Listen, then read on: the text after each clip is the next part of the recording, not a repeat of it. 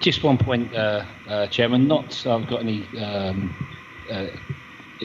conflicts of interest, but I just wanted, for the record, unless our director has received a demotion recently, that Gary Driver is actually the director of planning and not the assistant director of planning, and he's very well respected. I just don't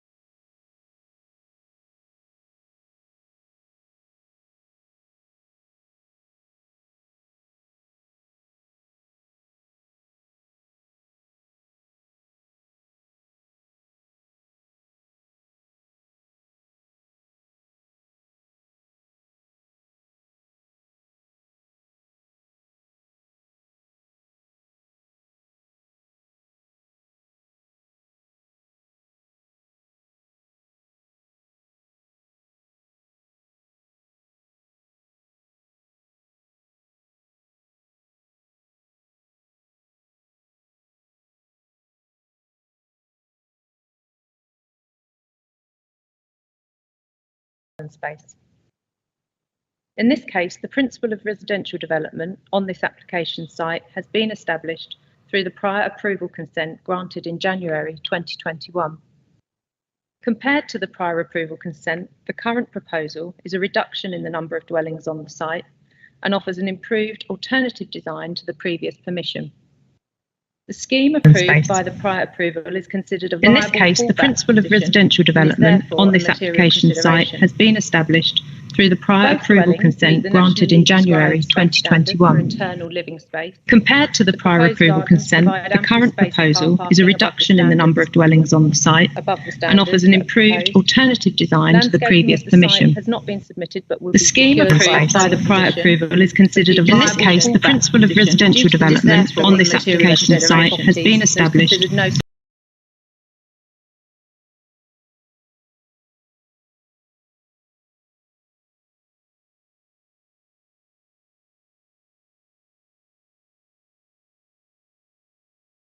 not been submitted, but will The scheme approved by the prior approval is considered a viable. In this case, the principle of residential development on this application site has been established. With no existing barn. And this shows the floor plan of the previously approved plots 1 and 2.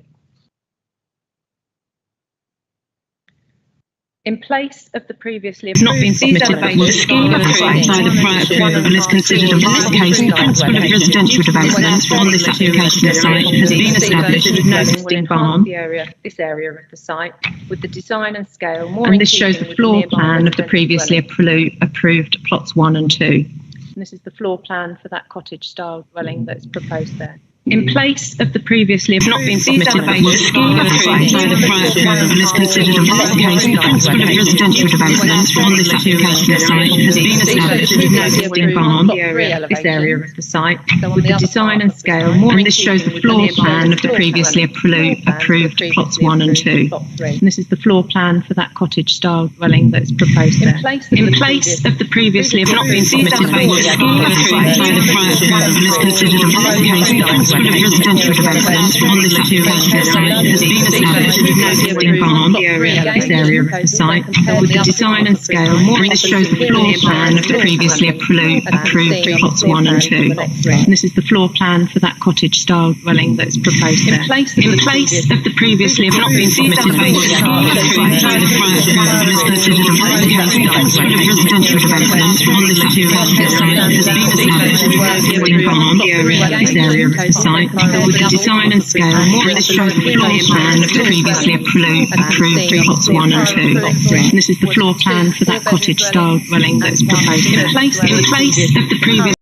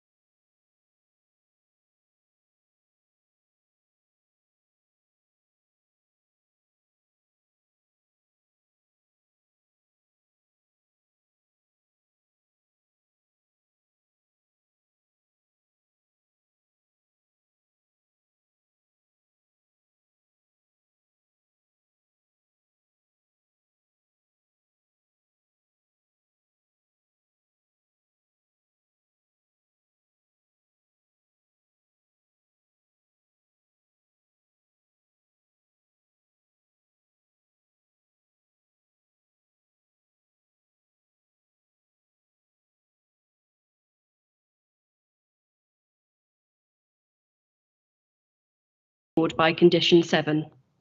A legal agreement has also been secured for a financial contribution towards protecting habitats in the district.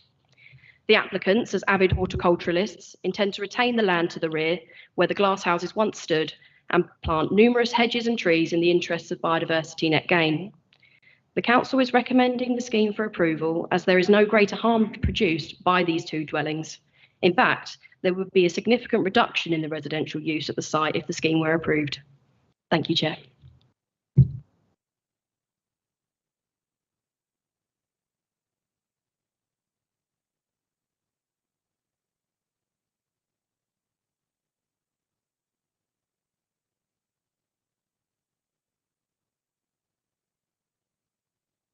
Thank you, Chairman. Today we were on site and we obviously had a good look at the location, and I specifically asked to see the roadway, the long and narrow roadway, but I just wanted to know the size of the dimensions of that road. It didn't appear to be that narrow, to be honest, when I actually was there on site, but if you could confirm the width of the road, I'd be grateful. Thank you.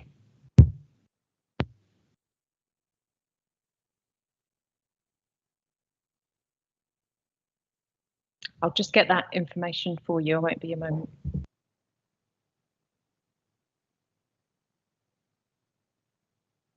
And also, at the same time, just confirm what constitutes a long and narrow driveway, please. Thank you.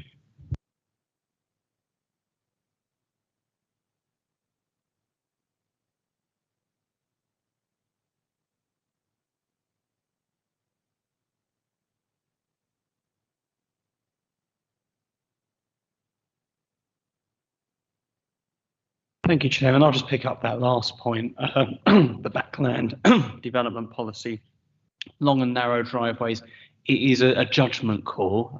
There's no specific set distance criteria. It's very much about planning judgment in the context of the development before you. Thank you, Mr. Director. Thank you.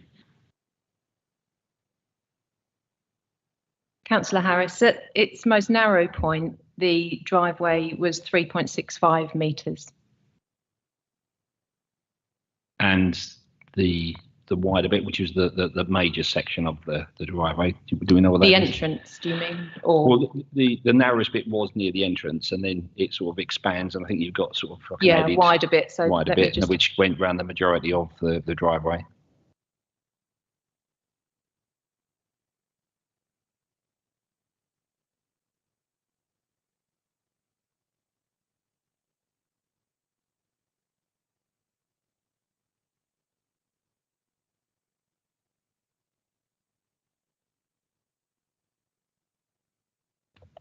Thank you very much, Chairman.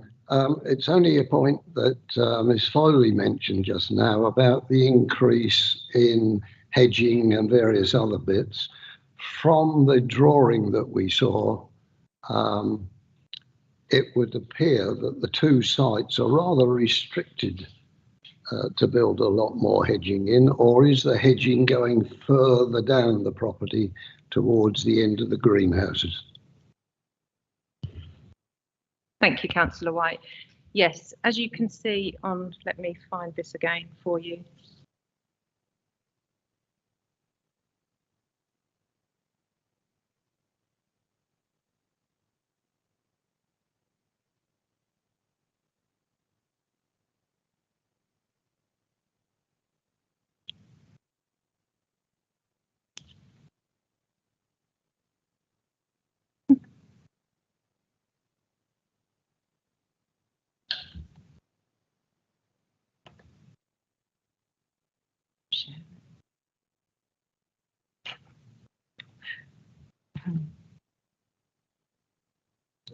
My back, yeah.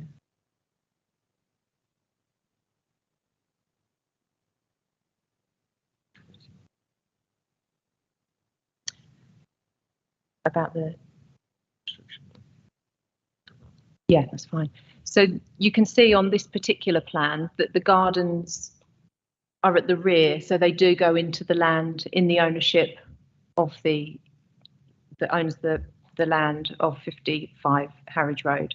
And you can see plots 1 and 2, which are at the bottom of the site with the darker line around.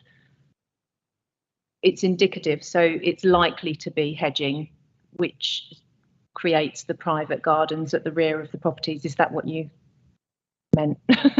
Yeah. Yeah. We saw on site that the adjacent big hedge as we sweep round to these properties is very well kept. And of course, so are the wonderful trees on the, which is not subject to the application tonight, but there's some super trees there. And I just thought that it might be very short. Yes, I accept exactly what you're saying. It could be done on the side and the rear of these properties, but it would only be a small development. Yeah, thank you.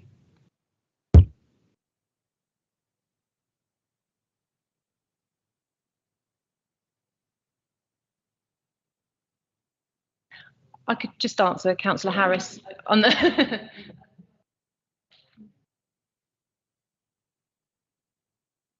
Thank you. So the widest part of the driveway there is 5.7 metres.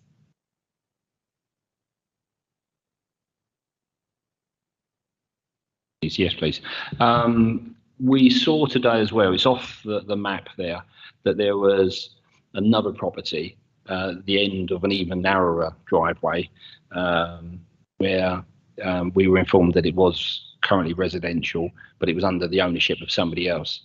So we were informed, if you can clarify, that the access from that property actually there was a separate access onto the road, and that gravel track or the track there isn't going to be used by vehicles. And in fact, looking at the map currently got on screen, you can see the point that Councillor White was making, that there's a sort of a bush or something around it. You know, if this committee was mindful to approve this, is there a condition to say that no further traffic can come down that road, so we can, you know, assume that the only vehicles that are going to come out of that roadway are the two properties that we can see or being proposed today?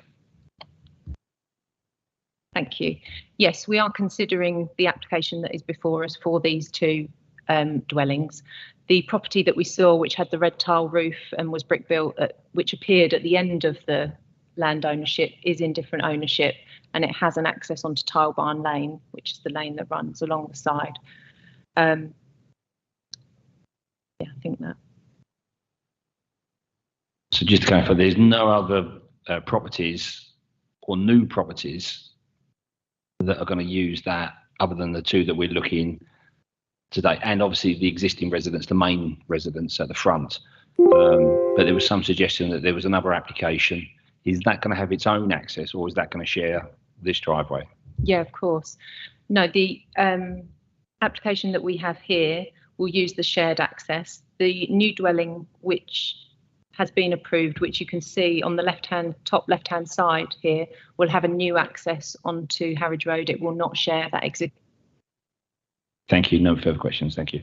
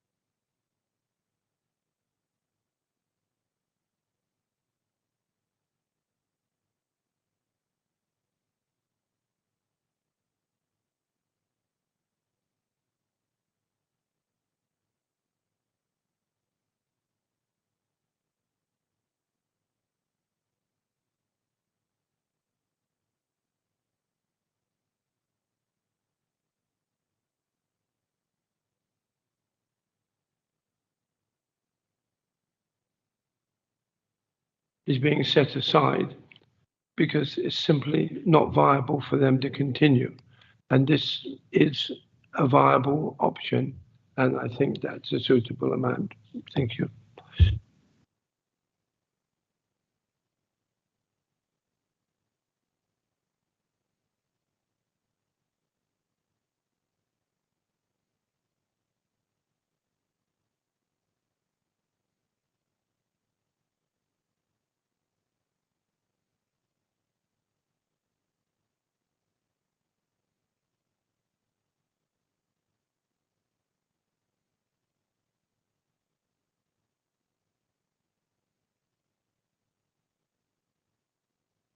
Thank you, Chairman. I would have proposed acceptance of this as well, to be honest. I mean, I always, view applications with a certain amount of trepidation because of some of the properties that we've seen come before this committee, class Qs and the like, etc. And some of them that we see are, just not buildings at all. A strong gust of wind and they'll blow away. This one here, I think, actually is a perfect sort of place for something like this in the development. And I think that the design of the properties look excellent. Don't see any issues with them at all. My only concern was the roadway. I think I'm reassured with that. And as their head of planning has said, it's down to the judgment call, really, Gary Giver said that it's a judgment call in terms of what is backland development and what's a long and narrow driveway. And I think that 5.7 metres narrowing down to 3.6 is perfectly acceptable. I don't see any issues of this with this development at all. So I will be supporting it. Thank you.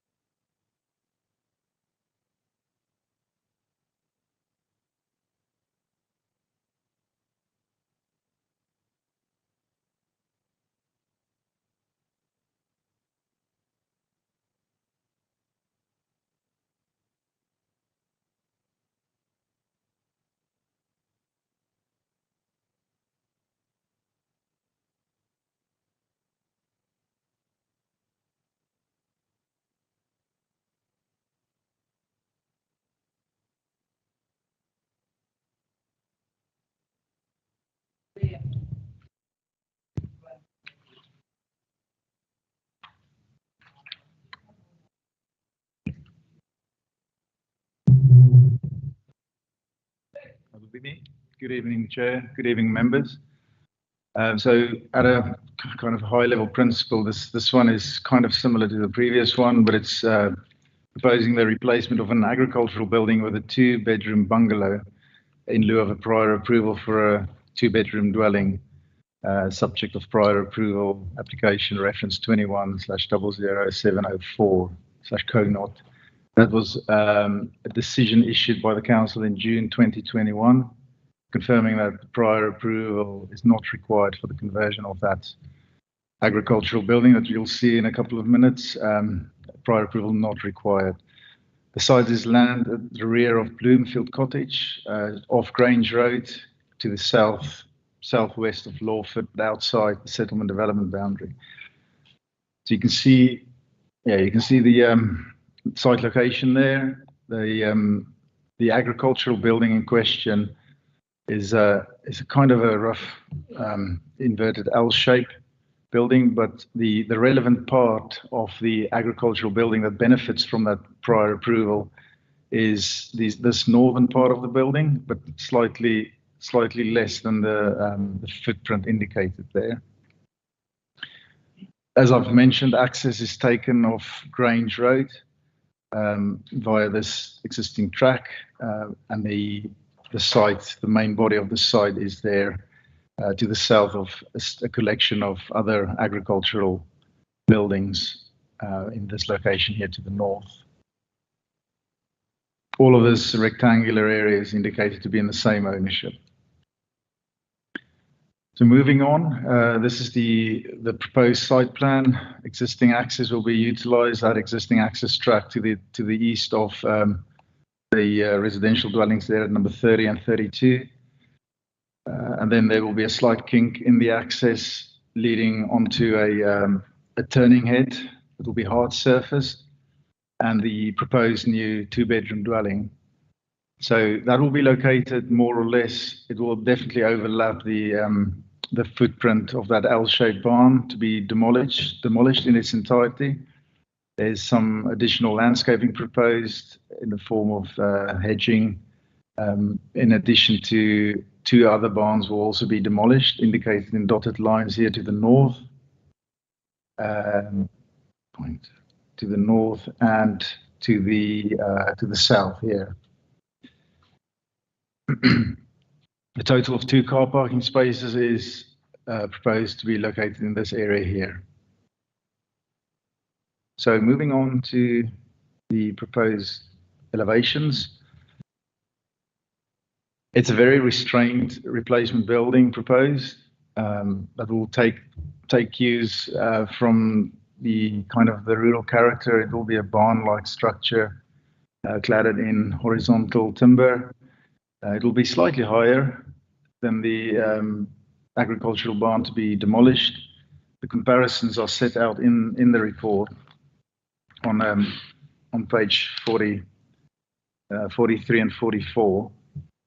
It will remain a 2-bedroom dwelling, so compared to the prior approval, that was also for a 2-bedroom dwelling, the conversion scheme. And in terms of the floor plan, a very simple rectangular building, 2 bedrooms, a bathroom, a sitting area, kitchen area, and the hallway here, short hallway with the doorways located either side of the hallway. The last part of the presentation is just the collection of photographs. You've been on site today. That's the front of the existing building. So front meaning standing west, looking in an eastern direction towards that sort of courtyardy area, looking in an eastern direction. This is the rear of the existing building. So this is standing north, looking south towards Grange Road. This is the existing access. So that's standing with your back to the agricultural buildings and looking in a kind of a southern direction towards Grange Road. That's another close-up of the rear of the existing building. It's a breeze block building. And another image of the front of that building, just standing slightly further back. So the part of that building that benefits from the prior approval is kind of just behind this elevation and in that central part at the back there.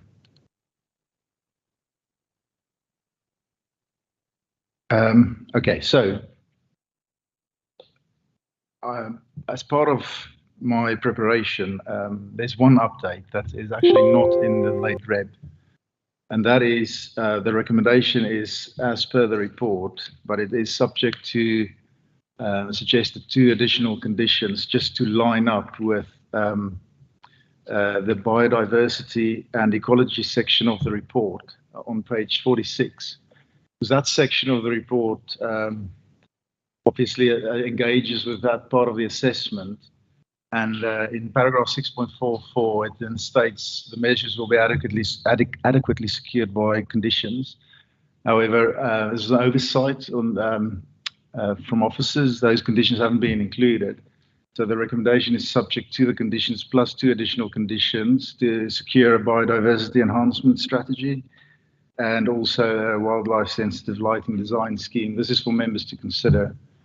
I just wanted to run that by members because the obviously the report refers to conditions, but those conditions have unfortunately not been included. That concludes the presentation. Thank you, Chair.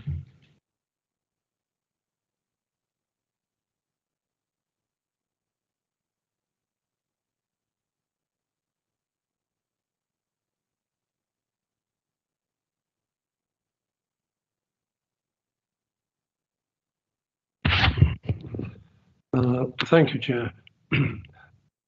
I can see the basic outline of what's going here, and on the site visit today, it was quite clear what lays ahead of us. The thing that is giving me much concern is the width of that road. Could you confirm what that will be once, if approval is given? Thank you, Councillor Chair. So it is very difficult to give you an exact measurement, but I don't think you are after an exact measurement. But so there's a farm gate there. So I think in the region of the width of the road, just off Grange Road, the width of the access is between, I would say, 3 to perhaps just over 3 meters. However, that could be widened with the additional cutback of branches. It could be slightly less than 3 meters in places. I think the important thing to note here is it could be widened with the cutback of vegetation and hedge, the hedging that's established there. So as you move into the site, and more or less where the kink in the access road occurs, there's potential for the access to widen significantly there. Again, that's subject to cutting back and just general maintenance work. Thank you, Chairman. Thank you. So with the width in front of us, and presumably once the property has been built, it will be serviced by a packaged sewage plant of some sort or biometric plant. Correct, yes, that's the proposal in front of members, yep. Well, if I'm correct, and my reading is correct, that at some stage or another, all these plants need to be, the wet part of it needs to be removed and taken to another place for disposal. With that kind of width you're talking about, if you think that the average width of a lorry, in which I looked up this afternoon and just now, it's between 2.5 and 2.6 meters across, with an approximate length of 12 meters, unless I'm backing in, we had immense trouble getting into and out of that. I mean, there's no way you could get up there. So my concern now is that the service road will not be suitable to service that property, and it's really looking very much like a long, narrow backland application.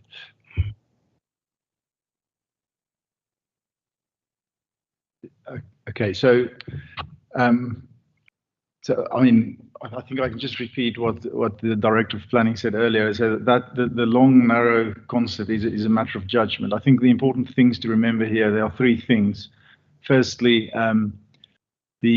so we have consulted our highways colleagues. They are happy with the proposal, subject to a number of conditions, to include the implementation of that turning area and the hard standing area in that location there. Secondly, we have a lawful ability. Yeah. Sorry, I've just while we were talking, I was just doing a few measurements. If you look at the plan you've got on the screen at the moment, at the front of the plan to the road, you've got a sort of effectively a wide apron that's wider than the actual driveway itself. The width of that apron is 5 meters across. Ultimately, if we turn to the ownership, well, if we turn to the red line plan, have you got that on screen, the actual red line plan? Yep. So if we take that service apron at the front is 5 meters wide, and you take the red line, which is essentially parallel all the way along, you are effectively got a 5 meter strip all the way up to the proposed dwelling that is available to be cleared and act as driveway if necessary. So I would say it's within the scope of the application and the applicant's choice on that width and the availability of that width to service the property. I would probably say that's as far as we need to go in respect of dealing with an existing access at this time.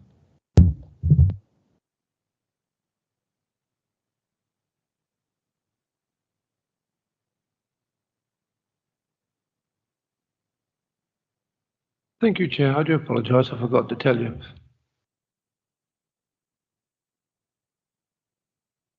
Thank you, Chairman.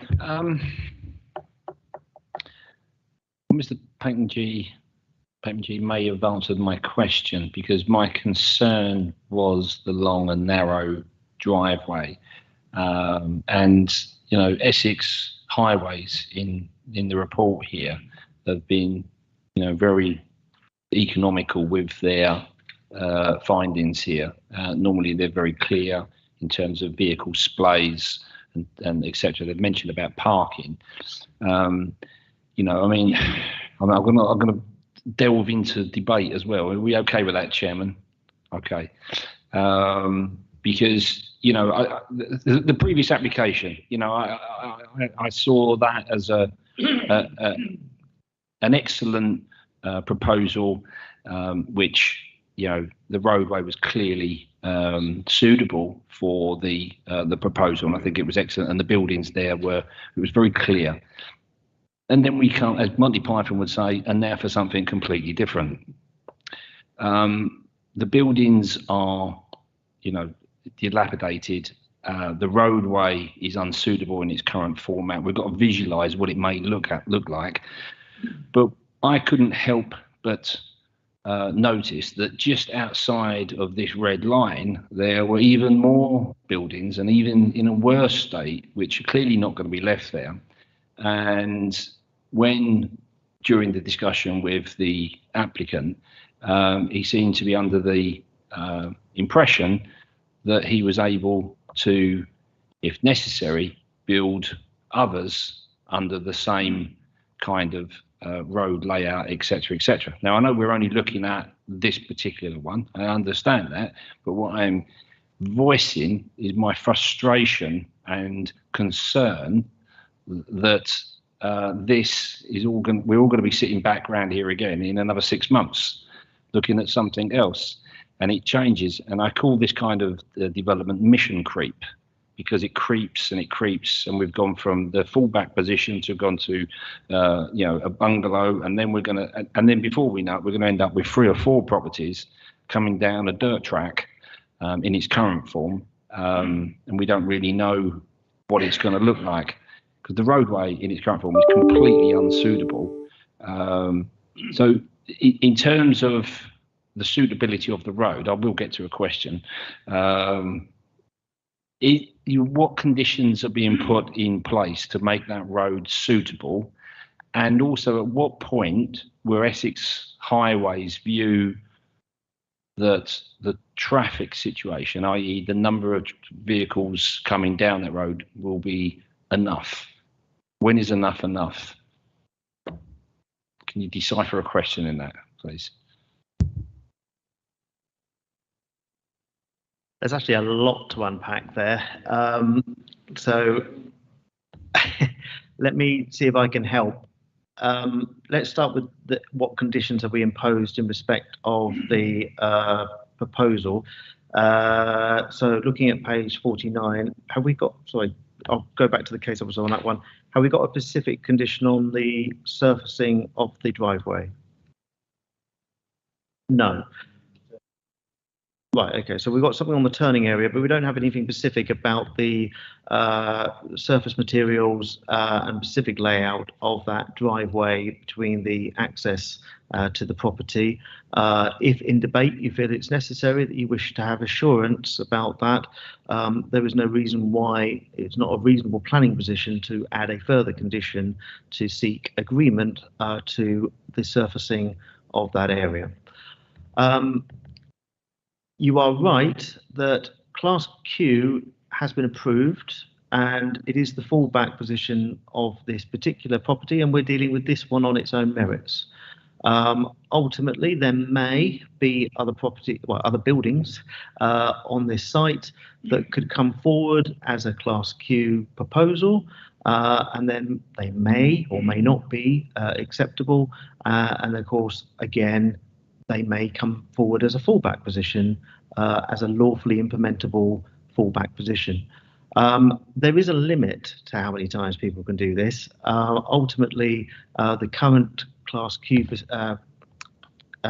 order sets out that you can go up to 5 properties, but it depends on the size of those properties. They have to be either 5 what's regarded as smaller properties or 3 larger properties. It's one or the other. There's a slight combination between the two you can do, but it gets quite complicated to explain. But there is a limit. You can't just build buildings at the end of existing driveways. You need permission for that. If you've got a large agricultural holding, you may need to do that through a prior approval process, but ultimately you would need a form of notification or permission for any new dwelling or building in the countryside, especially or at all. There's permitted development rights for outbuildings for existing houses, but that's about it. We also have to bear in mind that this, as outlined in blue, could be used as an active agricultural unit tomorrow without any influence from us whatsoever, and that includes sorting out that driveway as it exists and using that for agricultural machinery and the such like. Have I covered enough? Have I missed anything? That was the thing that I would like to add. Yep. That's just in terms of the part of the question about what's coming next and the other agricultural buildings, especially those to the north. So there has been an attempt to get a prior approval to convert those to the north into residential. However, that's been refused, as set out on page 40 of your report. And that led them to submitting the next prior approval application for this agricultural building. So that was refused because the LPA considered those buildings to not be structurally sound and suitable for conversion. So there's already a decision there in place for those buildings, for some of those buildings to the north. Okay, thank you.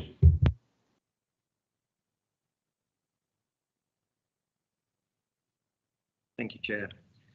At the end of your discussion, you mentioned something about biodiversity and that there was possibility that there were bats, protected birds, etc. on the site, and that you were going to secure that by condition. What reports have been submitted to us regarding the status of any wildlife? Yeah, so the situation was highlighted to the committee that we have mentioned, the imposition of conditions in paragraph 6.44, conditions to mitigate against, ecology and biodiversity implications. However, no such conditions were included. And I was simply updating the committee and suggest 2 additional conditions to cover biodiversity enhancement through a biodiversity enhancement strategy, and as well as wildlife sensitive lighting design scheme. So I think the council, officer's position is that the building in question is a breeze block building. Yes, it's in a rural location. However, it's not a building that possesses features that could. I'm not saying that there's no protected species on site, but it's not a building that possesses features that could support protected species. For example, it's not a timber framed building with historic timber cladding. The site is not close to a big river or lake or slow moving water features. It's not a designated wildlife site. So we've taken all those things into account, and we took the view that it's not necessary in this instance to ask for a preliminary ecological appraisal. However, members can consider that position and obviously form a different view. Thank you, Chair. I think we might need some help from the legal officer here, because it's my understanding that you are not able to create a condition for something that you are not quite sure whether it is there or not. In fact, you have to know whether it is there or not, and this committee would need to know whether it is there or not. So reports are really going to be required to establish that one way or the other. So my question is to the legal officer, what is the situation for us when we do not have the reports telling us what the position is, and yet we are making a condition to try and mitigate something that we're not quite sure as to whether it's there or not?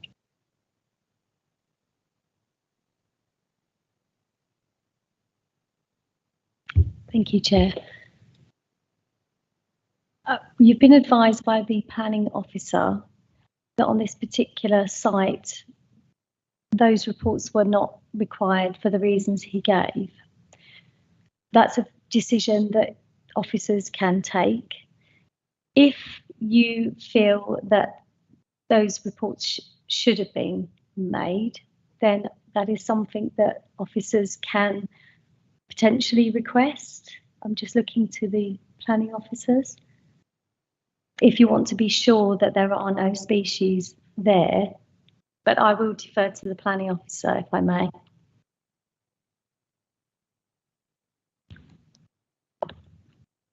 So the answer is no, we haven't got any particular report on this particular application in respect of assessment of the existing buildings.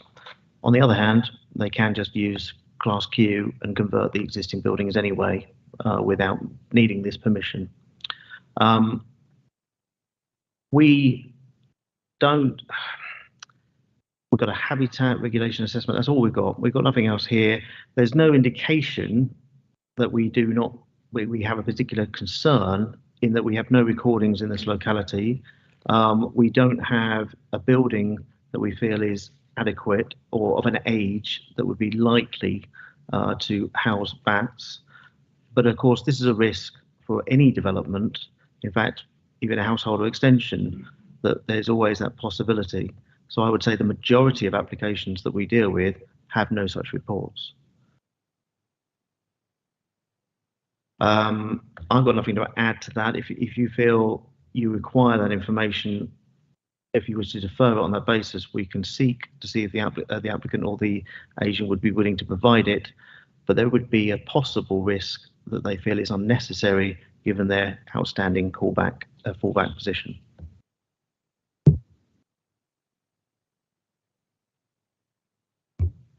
Thank you, Chair. So that's an important point that John has made there in terms of Class Q, because as you know, I think when we've talked about Class Q before on biodiversity, it isn't something actually specified in the permitted development class that requires us to consider. So that is a valid point that John has made in that the fallback position, you could still go ahead with the Class Q permitted development. Obviously, if in doing so, the owner or developer of the land came across species, they would be committing a criminal offence if they disturbed the protected species without a licence. So that is a valid point that John has made there. But as he said, it's a matter for you to decide whether or not, the officers have said that there's no, there was no basis upon which that they felt that they needed to apply for those reports. But obviously that's a matter for members to determine for themselves in this particular case.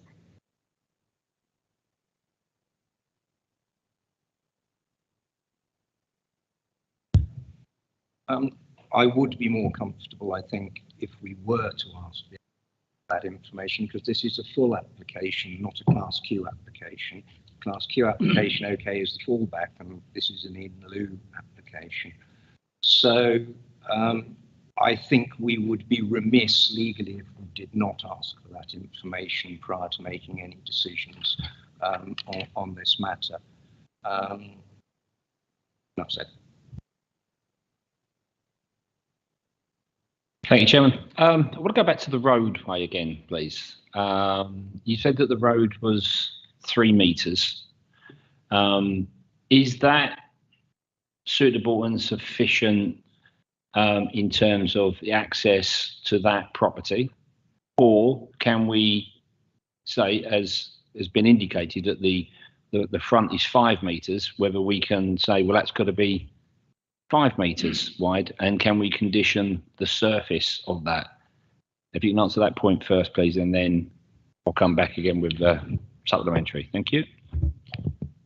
I think if there's concerns about the width and the suitability, members are entirely within reason, within their rights to seek more information, further details in terms of the width and the surface treatment of that access from that square all the way up to the turning point. Yes, I think that such a condition will meet the 6 tests for planning conditions in the NPPF. So yeah, I think that's possible.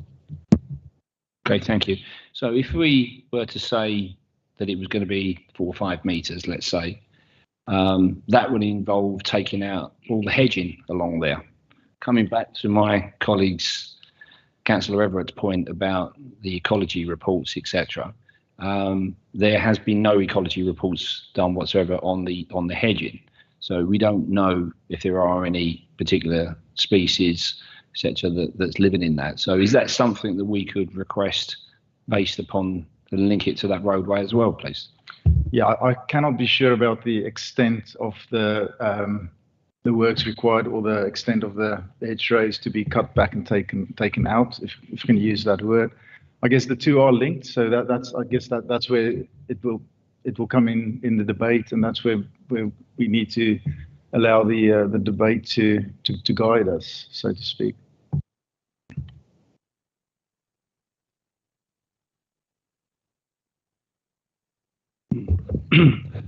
Thank you, Chair. Just one or two more questions, basically on the package treatment plant. Could you just tell me how far away from the property that the plant should be placed? I'll give you the three pieces I want, then maybe you can answer them all together, Jacob, be it here. And what about soakaway? Will it be blessed with a soakaway? Does it need to have that? And no, just those two at the moment, just how far away from the property and the soakaway.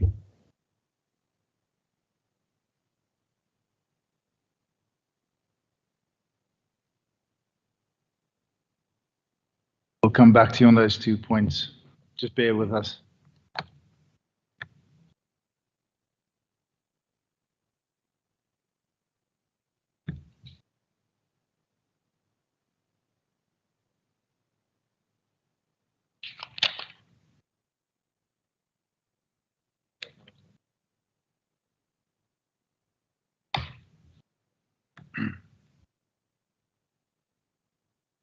I don't think I have that detail available to me on the block plan. It's not shown. So They haven't indicated the location of the package treatment plant. We have recommended a condition seeking further details of fell and surface water drainage, and the precise details and the the location of this treatment plant, all those very detailed elements, that is covered by the under the building regulations. We consider the site to be big enough to accommodate a package treatment plant in that location, having regard to the fact that they cannot connect to a public sewer. Chair, return, if I may, please, just a quick one. Okay, thank you very much indeed for that answer. But do you not, the Chair, I think it's quite important that we too, as a committee, know exactly what our ideas are for where this is going to go and how it will fit in. It's all part of this application. We look at other applications with the same package plants installed in them, some that we accept, and recently we refused one. And the similarity between that and this is quite stark. In my mind, there is insufficient evidence to do this. And if I may just go on just a tiny bit, we arrived in a small minibus type thing this morning, and we had little or no scope to be able to turn around. There wasn't. I won't tell you how we managed to turn around. It might not be legal. So, but we did manage to turn this bus around and go and turn it the other way.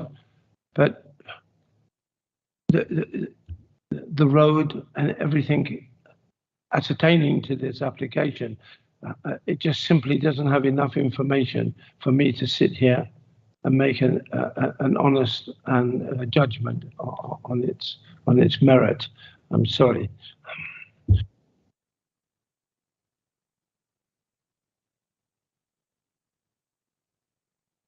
Thank you, Chair. With regard to prior approval, if this is refused, does that mean the prior approval still stands and they go ahead? Yes, the prior approval is there. It doesn't go away. You are looking at the merits of this application with a significant fallback position that you have to consider and give significant material weight to.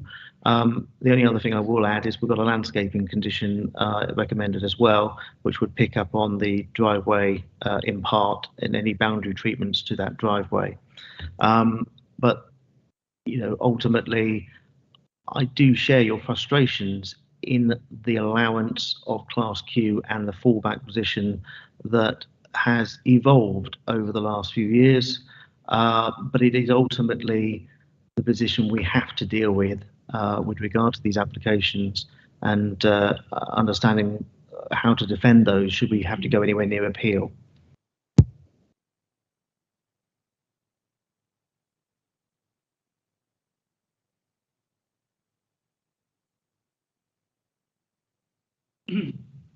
Thank you. I think there are quite a few questions sort of unanswered, and that really leads me to the view that we should be deferring this application for further information. In fact, I'd like to propose exactly that, please.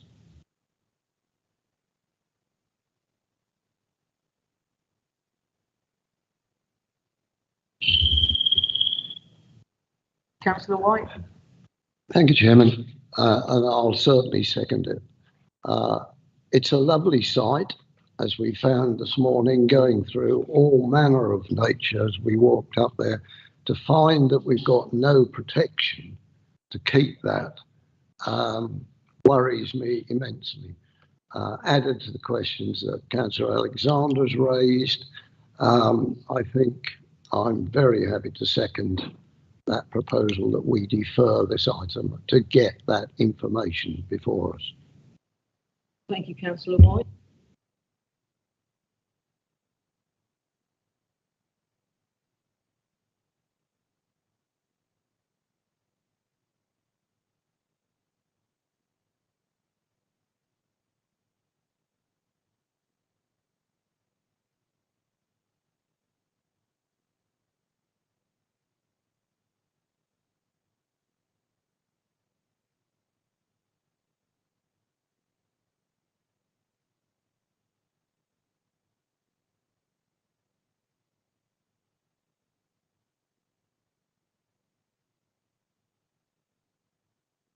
Fairness, Joanne has a habit of getting there first, so.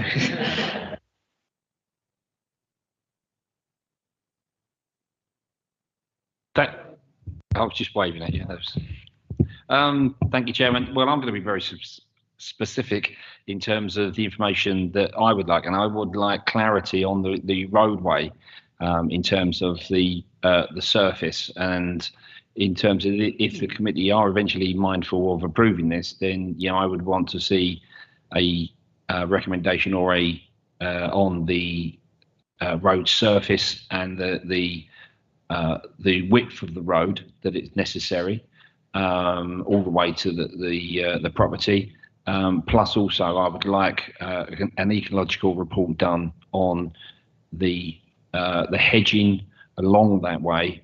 And also an ecological report to encompass the entire site, but particularly the roadway. It is a long and narrow roadway, which in its current form is only suitable for agricultural or 4x4 type vehicles or tractors, and certainly not a normal road going car. Thank you.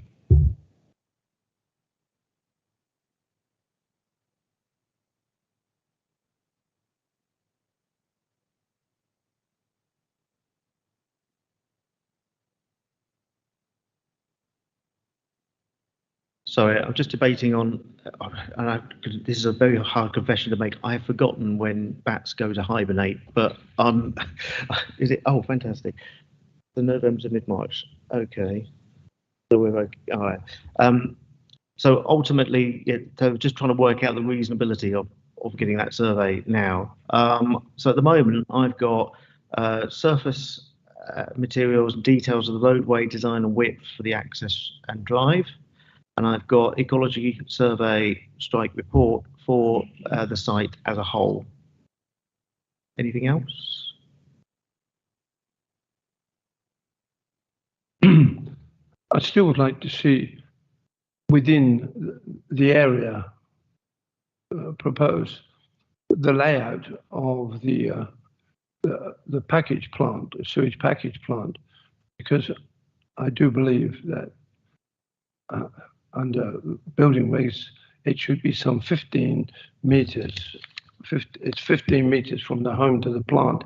I could be wrong, but I think you'll find that somewhere near right. And I would like to see that also added to that, Chair, if I may.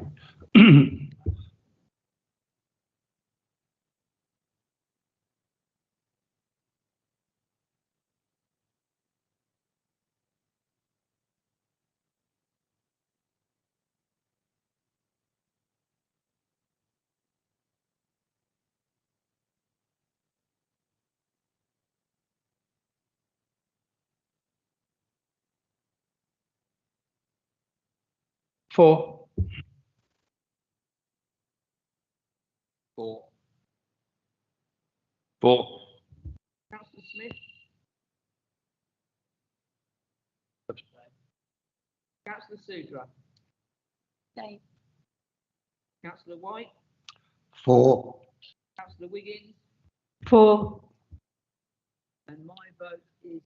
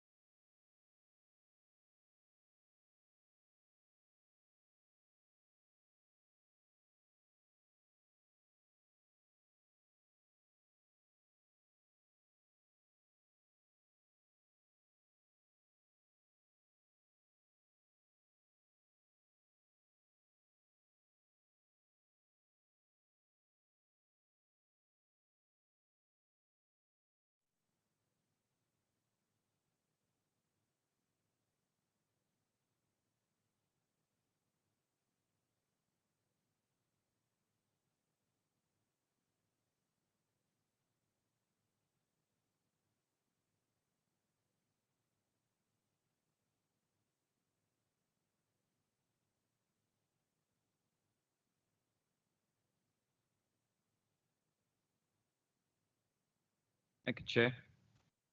Just like last time. Yeah. Yeah. I'm going to share it. Opening.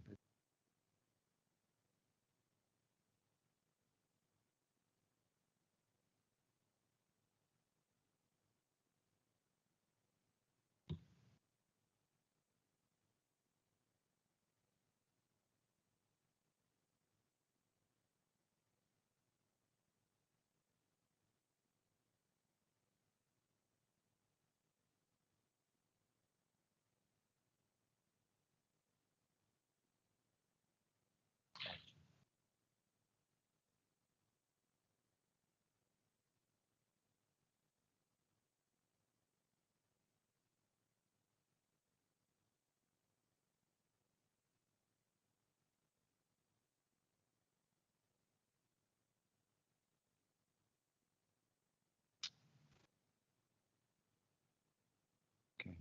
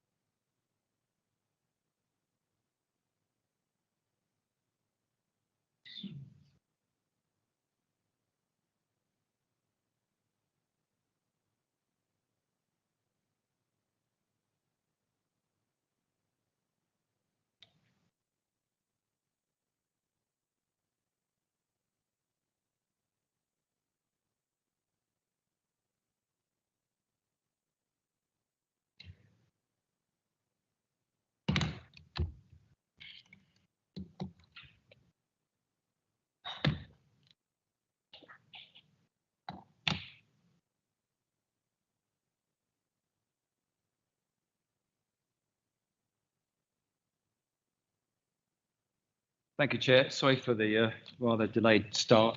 I wasn't sure if it was me or IT or both. I think I know. Okay. Thank you, Chair. This full application relates to the proposed replan of the western part of the approved development at Turpin's Farm to provide 24 additional smaller housing units, increasing the overall housing total for the Turpin's Farm development as a whole from 210 approved units to 234 proposed units, together with associated access and infrastructure as an alternative housing scheme to part of the approved outline planning and reserved matters application areas. The application is required to be reported to committee following a councillor calling request should the application be recommended for approval on the grounds that the proposal is contrary to the development plan and due to poor design and increased density. So the site lies to the south of Walton Road and west of Elmtree Avenue, opposite existing residential development, and is located a relatively short distance from the Triangle Shopping Centre. The site lies east of Turpin's Farmhouse and its associated access track immediately north of Hampstead Primary School Academy, and the existing residential estate at Edenside and its associated network of green paths. This slide shows the extent of the red line site for the proposed replan application, which shows the Spine Estate Road for the approved development leading in from Elmtree Avenue. Hopefully you can just pick that up. I'll come on to plans anyway. Into the proposed replan site area, which has now been partially constructed.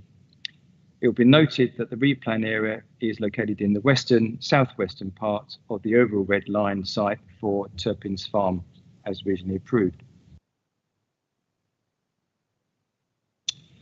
So this slide shows the extent of the development site layout approved for the reserve matters application for Turpin's Farm, the eastern and middle parts of the overall development site, leading to the proposed replan site area, which is shown blanked out for the purposes of identification. So you can see the difference. The black is the approved, and then the white here is where the replan area is proposed. This slide also shows the allocated school drop-off point parking apron, which is here, which has already been formed in the southeast corner of the development site area, together with a linking footpath here, which has already been provided to Elm Tree Avenue.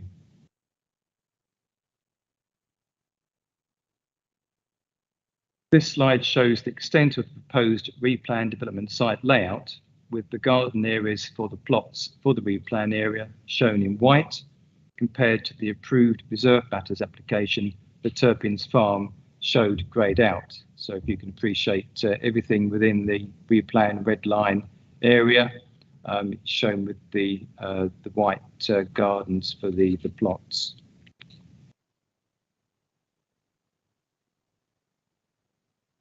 And this is another plan just showing the affordable housing areas, and the affordable housing areas being in blue. And there's one for the approved area here, and there's one which is here and one here, where this one here, as you can see, is within the replan area. This slide for inclusion shows indicative soft layout treatment for the overall Turpin's Farm proposal, which shows the extent of the approved recreational open space areas for the redevelopment as a whole to be laid out to the north of the approved development as approved, and the replan area as shown, whereby the open space areas remain unchanged through this current replan proposal. I'm just going to show you a couple of slides showing the proposed house types for the replan area. So this is a typical one for this area, and you can see this particular red line here where they relate to. Sorry for the smallness of the plan. And similarly, this second slide showing different house types. This slide shows the approved reserve matters approved layout for Turpin's Farm, which is on the left of the screen, and for comparison purposes, the proposed park replan layout scheme to the right of the scheme. Now, members will see that the block street layout will remain exactly the same between the two development schemes. Hopefully that's clear on that comparison plan. This slide shows a comparison in house types and bedroom accommodation between the approved development scheme. That's the top schedule, and the proposed replan scheme, which is at the bottom, whereby the replan scheme introduces smaller properties with 3 new house types, with an emphasis on 3-bedroomed properties. And the house types as new being the Byford, the Ardale, and the Kingdale, as you can see from that schedule. This slide shows 3 locations around Turpin's Farm where infrastructure improvements have been identified by the Town Council as being needed, namely the widening of the footpath running along the northern side of Walton Road, which is the top one there, and proposed speed reduction measures along Elm Tree Avenue here and Walton Road similarly. The slide also shows the already implemented school drop-off point for Hamfield Primary School Academy, which is here, and the link to Elm Tree Avenue, which is there. Now I'll just go through, you've got some larger slides combining also a couple for the site itself. That's looking northwards to the now built site junction for Turpin's Farm. This is a view of the going across to the marketing suite and the beginning of the development. And obviously members were at the site this morning, so they'll be familiar with these slides. And this is the car parking apron, which has been already implemented for the Hamford Academy. And this is the footpath link, which has now been constructed directly from the end of the apron through to Elm Tree Avenue. And this is the entrance of the footpath link onto Elm Tree Avenue. And you can see here there's an existing spur road, which is part of Elm Tree Avenue and the curvature of the road. This is looking south along Elm Tree Avenue with the 30 miles per hour speed zone that you're entering into. And this slide is along Walton Road looking west with the existing pavement on the northern side, which is in part substandard and not to highway width. No footpath on the southern side. So going back to the proposal, the principle of residential development at this site location has already been established by the granting of the outline plan permission for up to 210 dwellings, regular access from Elm Tree Avenue, including the provision of green infrastructure, children's play areas, school drop-off point and parking facility, and other related infrastructure, whereby this infrastructure provision is subject to a Section 106 agreement. In this context, the site lies within the settlement development boundary for the purposes of the local plan. There is therefore a presumption in favour of sustainable development, whereby the proposed replan application is in conformity with the development plan. As such, there are no policy grounds under which the principle of development for the proposed replan scheme as submitted can be re-established. In terms of scope, the current replan application does not replace the outline and reserve matters application for Turpin's Farm. It seeks to replan the western part of the site, representing approximately a third of the originally approved site layout, to deliver a slightly greater number of homes at 234 dwellings compared to 210 dwellings for the approved scheme total, as an 11% increase in housing provision overall, without altering the overall layout and design principles of the approved development. This increase represents a site density increase from 19 dwellings to 20 dwellings per hectare, which is a marginal increase. The proposed replan scheme follows the overall block structure of the wider approved detailed scheme for the site, with the principal changes being to alter the house types along specific streets to provide for a number of smaller dwellings, to take into account changes in market trends to smaller family-sized dwellings as identified by the evidence base submitted. There will be minor changes to 5 streets in total for the replanned red line area, including swapping of house types to some dwellings from detached houses to semi-detached houses, whereby for comparison purposes, the amended plots would increase from 78 to 102 dwellings, namely an increase in 24 dwellings, which would include a proportionate increase in affordable dwellings for the replan area. A total of 3 new house types would be introduced, as I've mentioned. The replan scheme would also replace some house units as originally approved with wide frontages to the street with types which have a narrower footprint. Also, some of the changes have introduced corner plots, although some existing corner plots have been replaced by dual fronted types to provide improved active frontages to the public realm.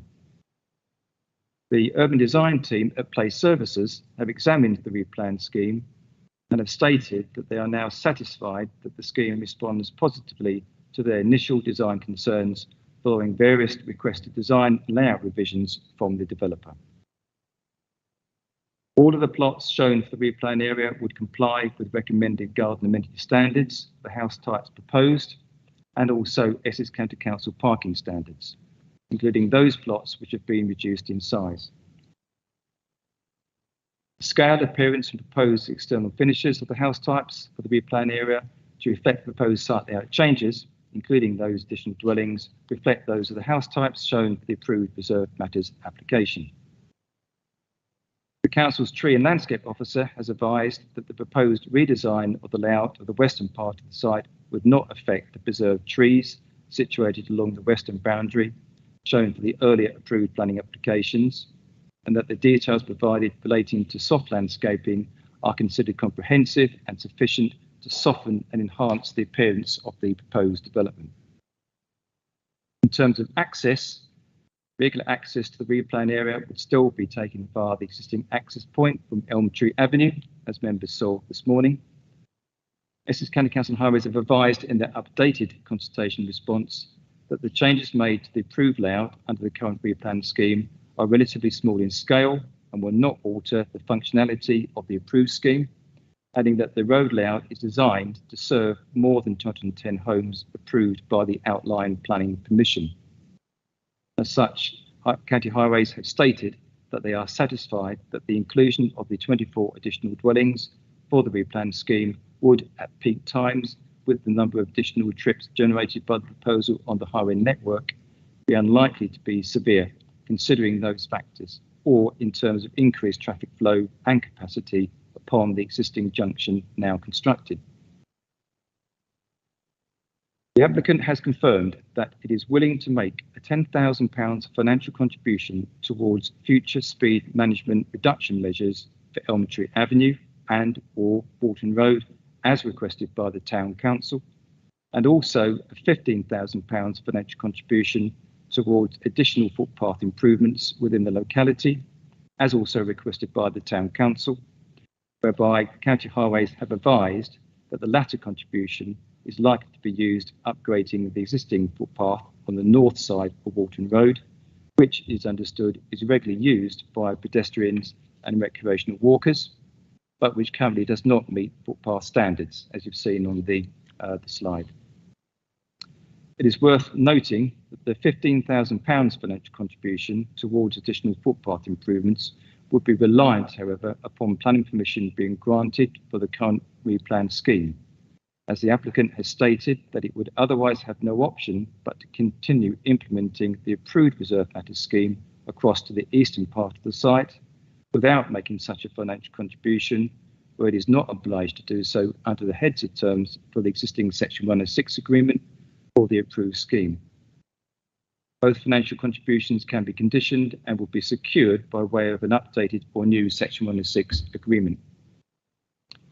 The approved reserve matters application for Turpin's Farm relating to 210 dwellings requires 30% affordable housing provision or the provision of 18 gifted units as an alternative affordable option for that approved scheme, as previously agreed with the Council.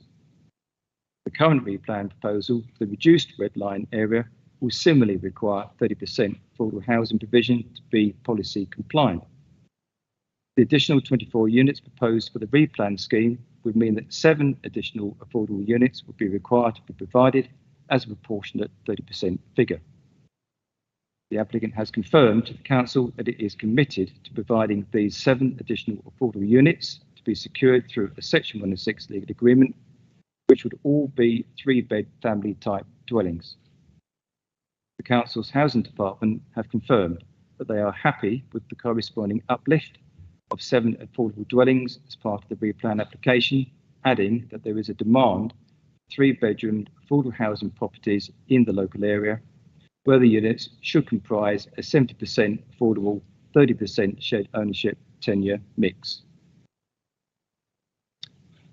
The comments from the Town Council concerning this replan application, namely that the scheme represents piecemeal development, is not in accordance with the annual housing requirement as detailed within the local plan, seeks a reduction in the affordable housing element from 30% to 20%, that no communal car park to aid school pickup from Hamford to Canterbury is being provided, that the scheme takes away the aspirational aspect of the approved reserve matters application, that no provision has been made for a 30-mile-per-hour speed zone have all been noted. It is accepted that the planning merits of the site layout for the outline scheme for this site were considered on a reduced dwelling basis from originally up to 250 dwellings down to 210 dwellings, as reflected in the detailed layout scheme for the subsequent approved reserve matters application. However, this is not a rigid quantum, and should a developer seek to subsequently replan an approved housing layout, the merits of the current application are therefore considered on this basis. As previously mentioned, the applicant has confirmed that the replan scheme will provide a proportionate uplift in affordable housing at 30% for the 24 units, which will be policy compliant. And as also previously mentioned, financial contributions have been offered by the developer towards speed reduction measures and additional footpath improvements in the area as requested by the Town Council to be secured by way of a Section 106 agreement. Members will have seen, as I said, on the site today, the requested school drop-off pickup zone and the pedestrian link that's already been provided at the site. However, County Highways have indicated that they are unlikely to be willing to support the additional request for separate vehicular access to be put into the zone direct from Elmtree Avenue, in view of existing site visibility issues along the road, the existence of a road entrance opposite it, whereby any proposed access point would represent junction conflict, and also potential future maintenance issues, whereby these reasons are material considerations to any such request. It is considered in this regard that the newly constructed access into the Turpins Farm development with separate feeder road leading to the car parking apron is sufficient and convenient to serve this communal facility. It is accepted that some of the design aspects of the approved development scheme have been lost by the proposed replan scheme. However, it is considered that these are not significant and that the benefits of the proposal, including the aforementioned housing mix changes and also the offer by the applicant to make local infrastructure financial contributions, are benefits that outweigh the concessions which have been made to the design and layout of the approved scheme to provide the additional dwellings.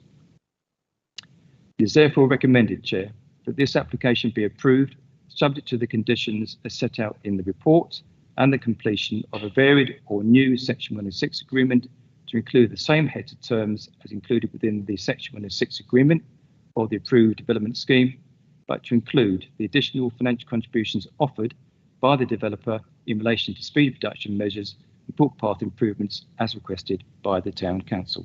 Thank you, Chair.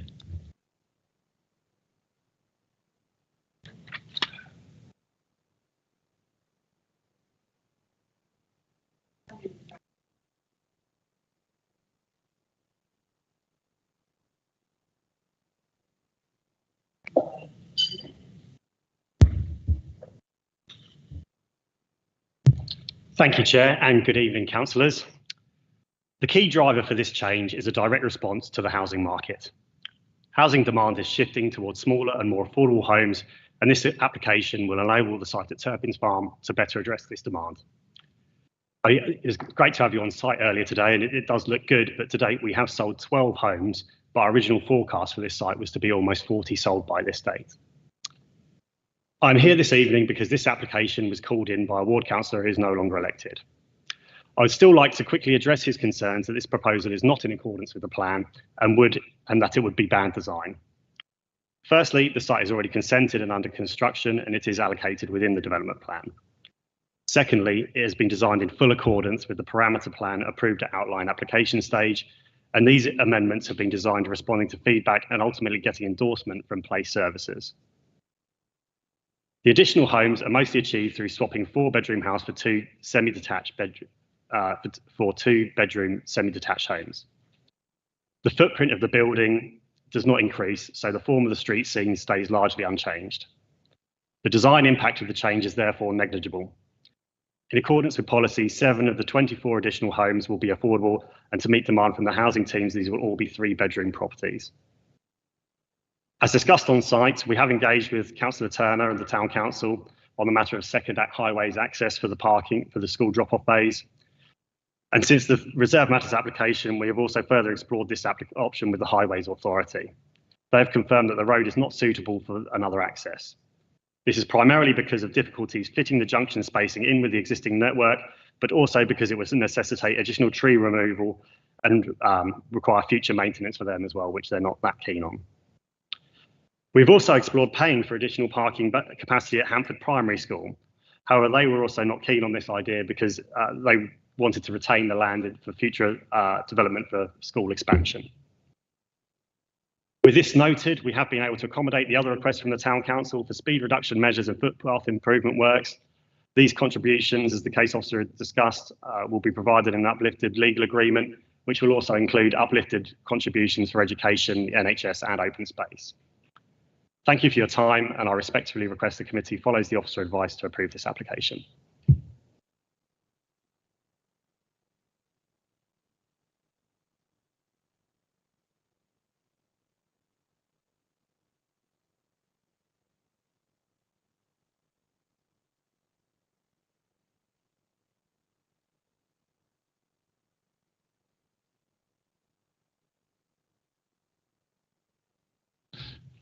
Good evening, Madam Chairman, fellow councillors. I'm speaking on behalf of the Town Council of Frinton and Walton. This is the 5th application since the 8th of January 2016. That was 7.5 years ago. The Town Council has never been against the principle of development. This was one of the finest sites in Tendring, if not Essex. Yet despite pointing this out time after time, site visit after site visit has been ignored. In 2016, the Town Council and the Frinton Residents Association put in objections along with 28 others, all against the proposed outline for 250 dwellings. The draft local plan at the time suggested 150 dwellings for this parcel of land. It was agreed that 210 dwellings would be the maximum permitted. The Town Council has been consistent and constant in its opposition to the original indicative outline application by Bergs Estate and a further 4 detailed applications, not as a knee-jerk reactions to the proposals, but as constructive criticism. The site deserves so much more. It is a failure of aspiration, vision and courage. So much easier to do the bog standard. Paragraph 126 of the National Planning Policy Framework states, quote, the creation of high quality and sustainable buildings and places is fundamental to what the planning and development process should achieve. It goes on to say it helps to make the development acceptable to communities. Judging by the number of objections in excess of 50 lodged, I would concur with paragraph 126. From the start of this process, some 7.5 years ago, the Town Council has been adamant in attempting to get a communal car park adjacent to the primary school and direct access from Elm Tree Avenue. It was in the outline granted permission on the 1st of March 2017. It then disappeared and became integral, meaning that it could not be easily accessible for dropping off and picking up the pupils. We have a similar housing estate by another developer in Halstead Road, and that developer did provide a car park for use for those taking and collecting pupils to a similar primary school. It works. This one will be of little use in reducing and making the school run safer. True, Taylor Wimpey did offer to pay for a car park on school grounds. That was refused by the school. I'm told that one of the reasons for not allowing easier access to this car park is that it would be opposite a little cul-de-sac that services 2.5 houses. That is nonsense. It could easily be made one way, via Elm Tree and out of the main entrance, much like the car park at the Triangle Shopping Centre, all of 250 yards away. Please consider planning requirement for this car park to be made easily accessible for the school run and have to access directly from Elm Tree. Thank you, Madam Chairman. Thank you, councillors.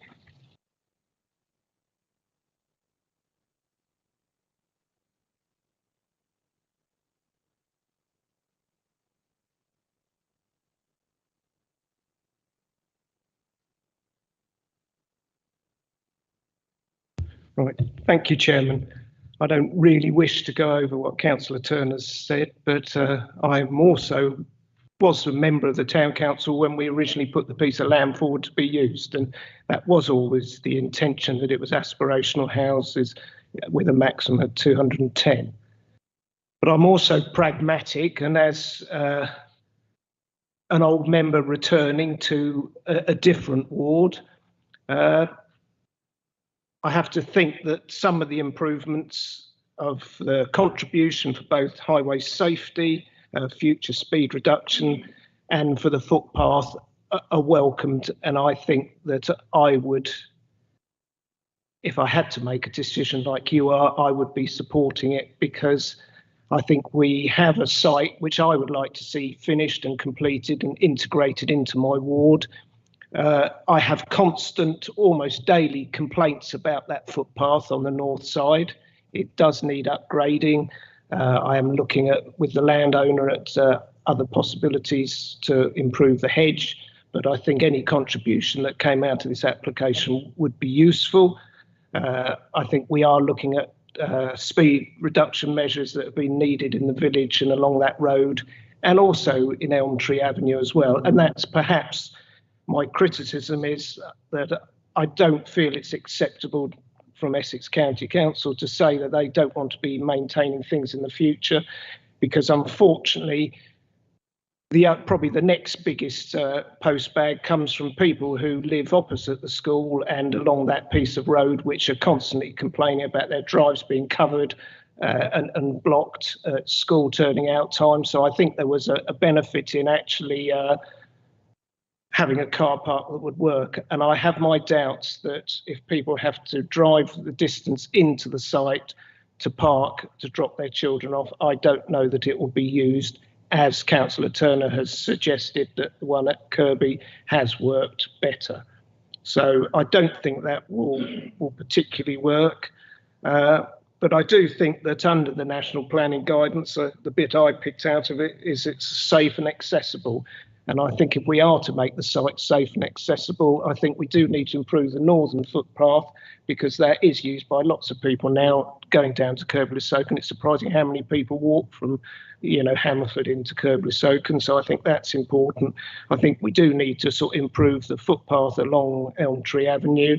And that's probably all I want to say, but I would have hoped, and it's almost a question that a member of the committee can ask, but who has the nomination rights for the affordable housing? Because as a Kirby-le-Soken member, a rural member, I think we've always had a problem with affordable housing for long-term residents of villages. So I would have perhaps liked to have seen maybe some of those affordable houses being directly offered to long-term residents of the ward. But that's a question, and I can't answer those questions, but maybe a member can, because I perhaps would have liked to have seen that. But I do share a lot of the, comments that Councillor Turner said. I don't think it's perhaps as good a scheme as it was, but equally I do understand the need in rural areas for smaller properties for young families. So on that note, I'll finish.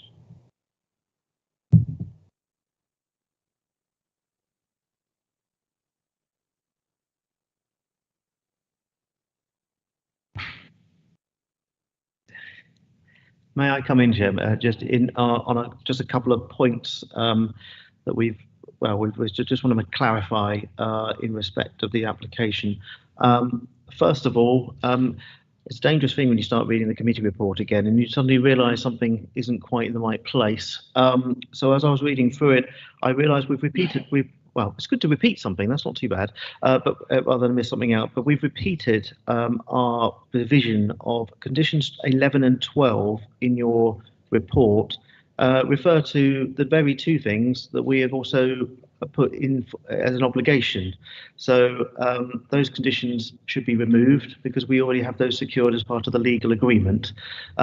Technically, County Highways Authority have a habit of putting what they feel are Section 106 agreement issues in planning conditions, when we shouldn't actually be doing that at all, because you shouldn't be securing money through planning conditions.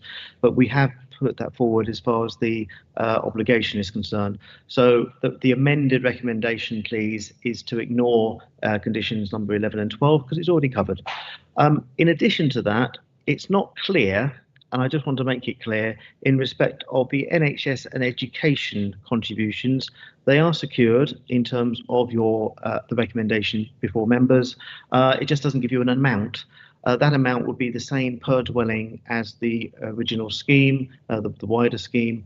I don't have that figure immediately to hand, but please be assured that just because there's not a figure there, it hasn't been secured in full, and it is going to be secured in full. Thank you.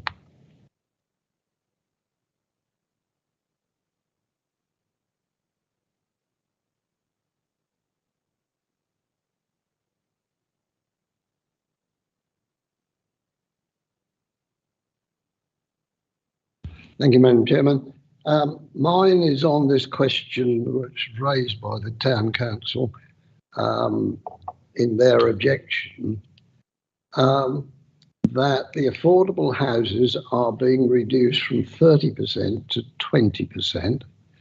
Now, am I right in assuming that if you take all these increased 24 houses, they are all now affordable houses, so it'll be 20% across the whole site? I don't quite understand yet why they think it's going to be from 30 to 20%. Okay, if I may come in before Clive does, Clive will correct me if I'm wrong though. This is one of those very odd applications. I'll be quite frank, I had to get my head around this as well. Normally, when we have a scheme that's been approved as an outline application and we've got the reserve matters, we sort of get on with it. And sometimes you end up with a bit of spare land to the side that you expand into, and we look at a separate application for that. That's fine. This is very unusual because essentially they're carving a hole in the middle of the existing arrangement and redesigning that. So it's rather than just, you should treat it as an extension, but essentially it's an extension within itself. So that's why this probably seems so confusing.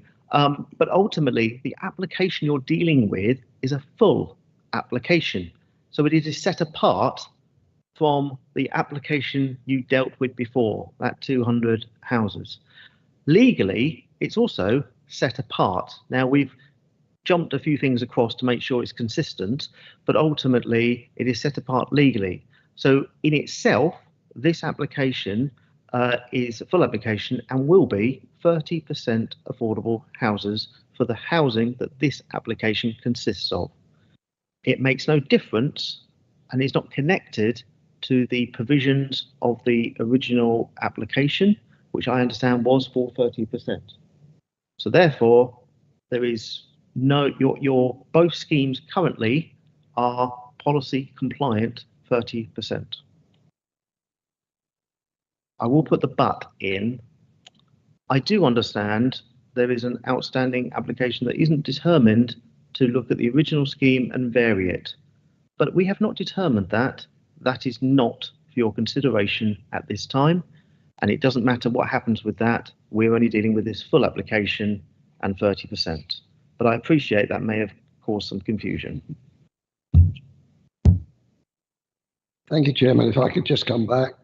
I think I understand it. Now, what we're really saying across the whole site, and if we were willing to approve tonight, this other bit, the whole figure will be 30% across the whole site. At this moment in time, if you approve this, yes. Like I said, there is a current application that's being pending. We may refuse it. We may not. We don't know what we're doing with that yet. And that may alter the existing houses or the scheme previously approved. But try not to confuse. I'm really desperately trying to keep these things separate. But ultimately, your determination is just on the merits of this full application for the uplift, the replan, and that is 30%. So that is the only consideration you have got before you at this moment in time. Thank you. Can I carry on? Thank you for that. Now, part of the original permission was the electric vehicle charging, and that's been discharged because all the original site had full electric charging. Being minded of what we've seen recently on television, how difficult it is where you've got a footpath running outside the front of your house and getting the things, does the same electric vehicle, the charging points, is that still covered on the new site? I've got no information to say that's definitely the case. I'm also conscious the energy efficiency, renewable energy condition for the outline scheme and then detail is different to the one we've imposed for this current replan application, because it has to be in accordance. Yeah. Just to skip that a little bit, sorry, but condition 14 for this application does include it. It's electric charging point per dwelling, so you have secured that. I'm very grateful. It is a worrying thing. I must say, I was impressed when I saw all the photo cells on the build that's been done so far today. It's one of the first estates where I've seen every property with the photo cells on the roof. So thank you very much.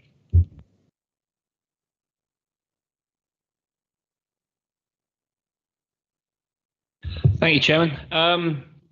We have heard from the applicant that the reason why they wish to sort of submit this redesign is because there is a shift in the housing market, and there's a different demand, presumably for smaller houses. Have we seen any reports, or do we have anything to back that up, please?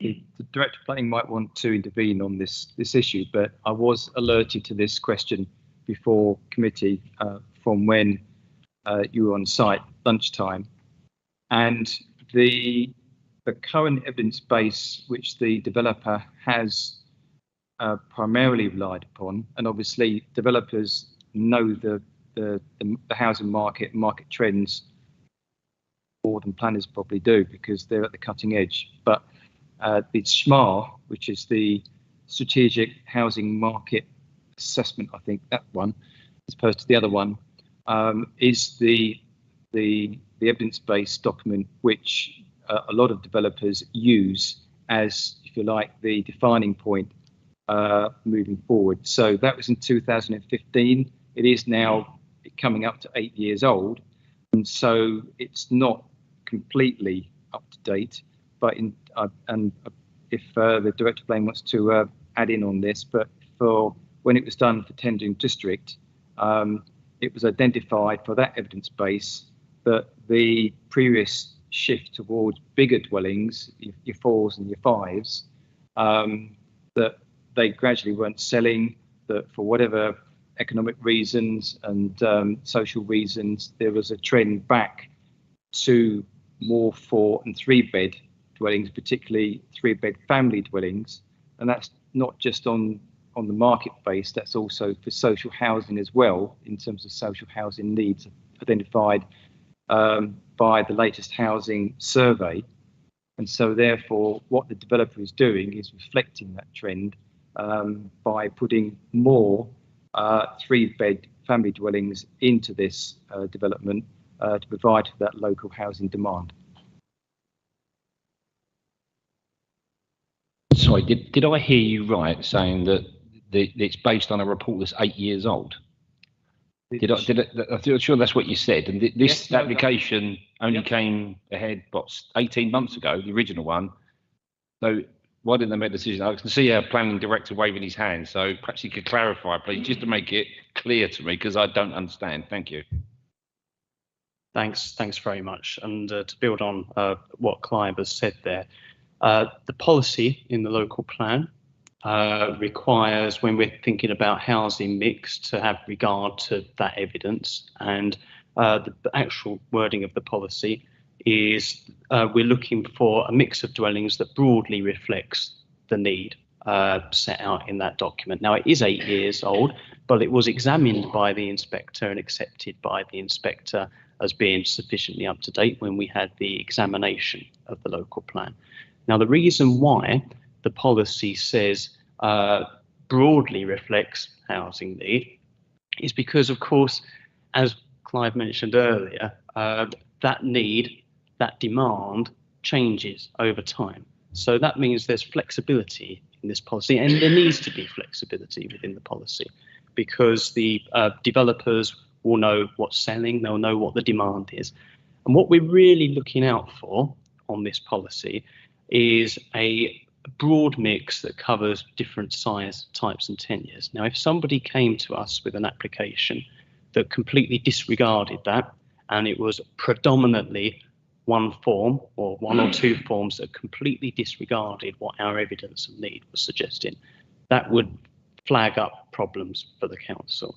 But what we are still seeing, even with the revised proposal, is a broad mix, although the mix has been shifted to reflect the developer's intelligence on what the latest demand is. And that is broadly in line with our own evidence. 2, 3 beds, that's where the predominant need is, lesser so for 1s, lesser so for 4s. So the whole, although the evidence that we relied on for the local plan is of a vintage, it's been tested very recently as part of a local plan examination, and we're only looking for a mix that broadly reflects the evidence.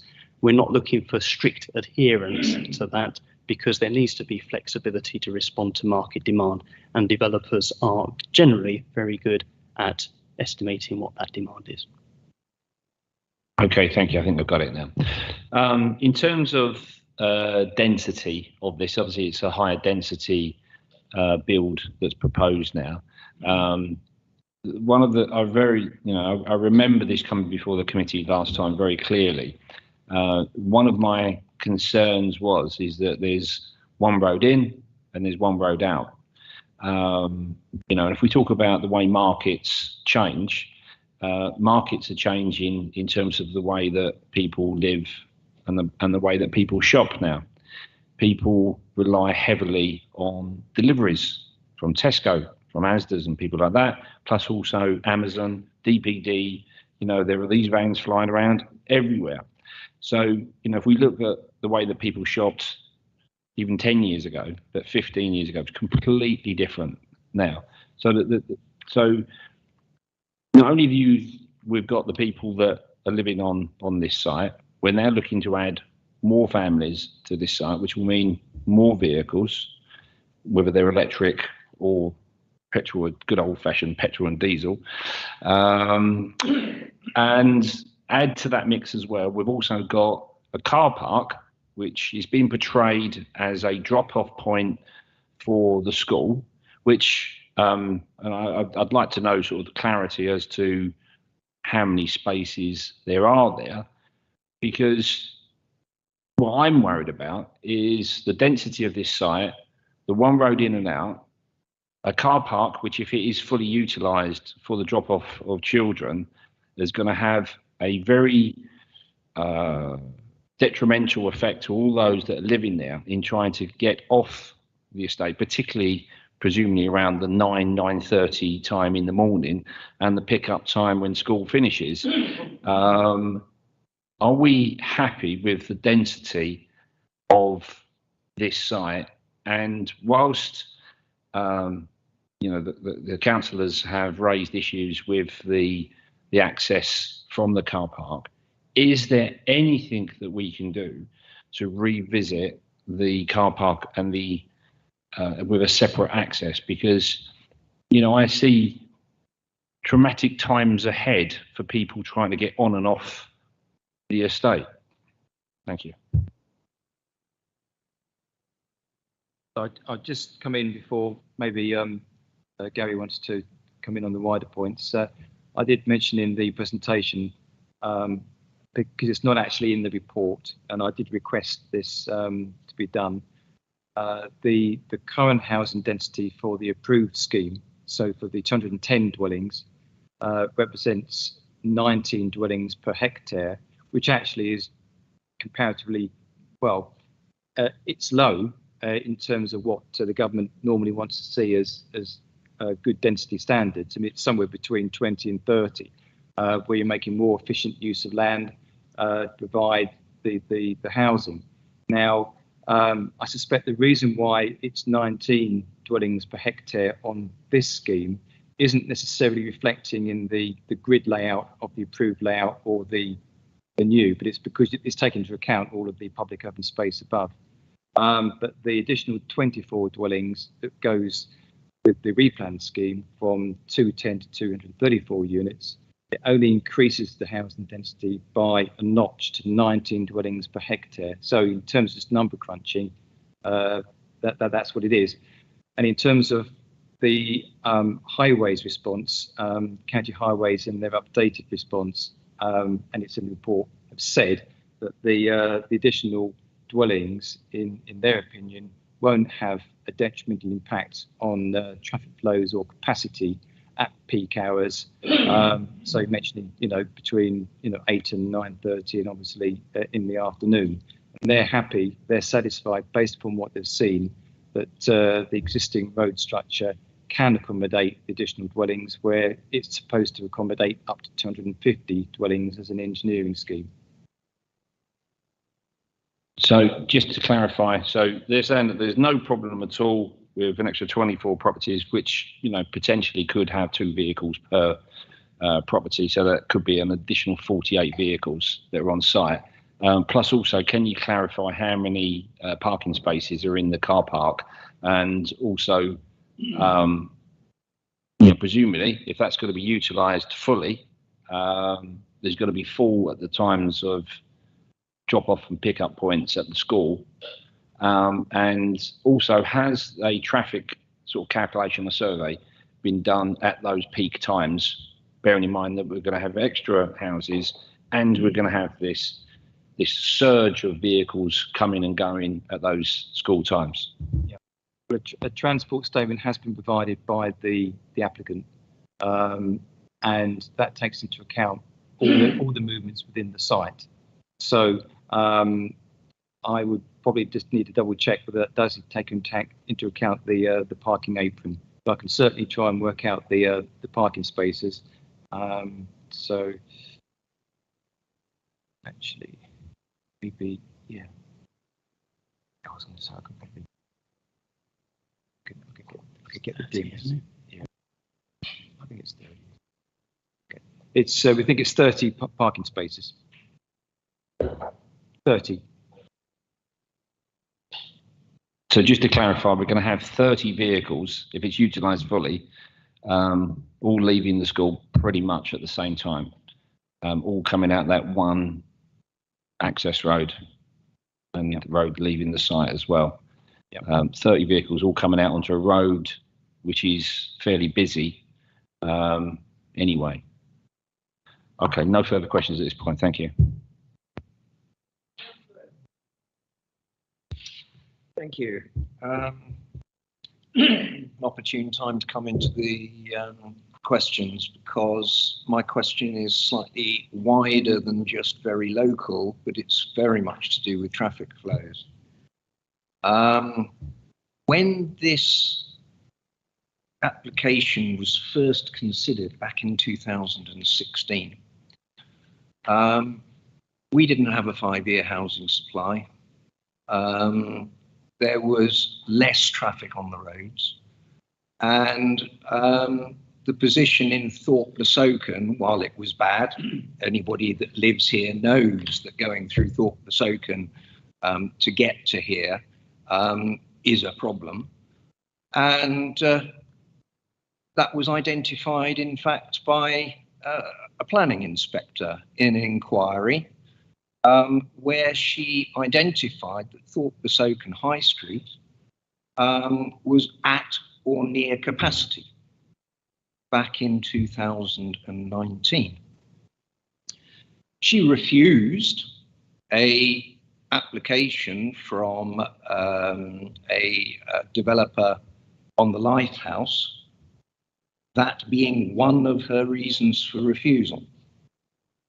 Now, the situation has changed since then. We've built many, many more houses. And if Thorpe-le-Soken High Street was at capacity or near capacity then, what is it now? Because all of the traffic that is going to have to get to here is going to have to go through Thorpe-le-Soken. So I'd be grateful if officers could tell me how many major applications and what the results of those major applications are in terms of increasing the numbers of dwellings going through Thorpe-le-Soken to get to points east of Thorpe-le-Soken is.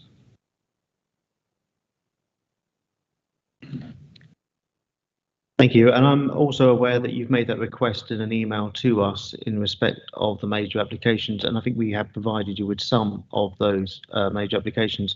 I'm not going to run through those now. Ultimately, I don't know the specific details of each and every one of those applications and what traffic levels that they may consist of, what number of bedrooms are associated with those developments, and so forth. This application is for 24, get my numbers right, additional properties. It needs to be judged on the merits of that, and you have Highways advice before us that is not recommending for us to refuse it on any capacity issues of the local area or any local issues of access in respect of this application. And we'd also have, in my opinion, additional betterment that would struggle to, well, I'll leave that point, ultimately has been proposed to add to this development in respect of footpath improvements and highway improvements that are proposed in addition to probably standard expectations of this application. On that basis, I would caution going down any road that would lead to a possible resistance on a highways matter. However, as a matter of debate, that is up to you to have that debate.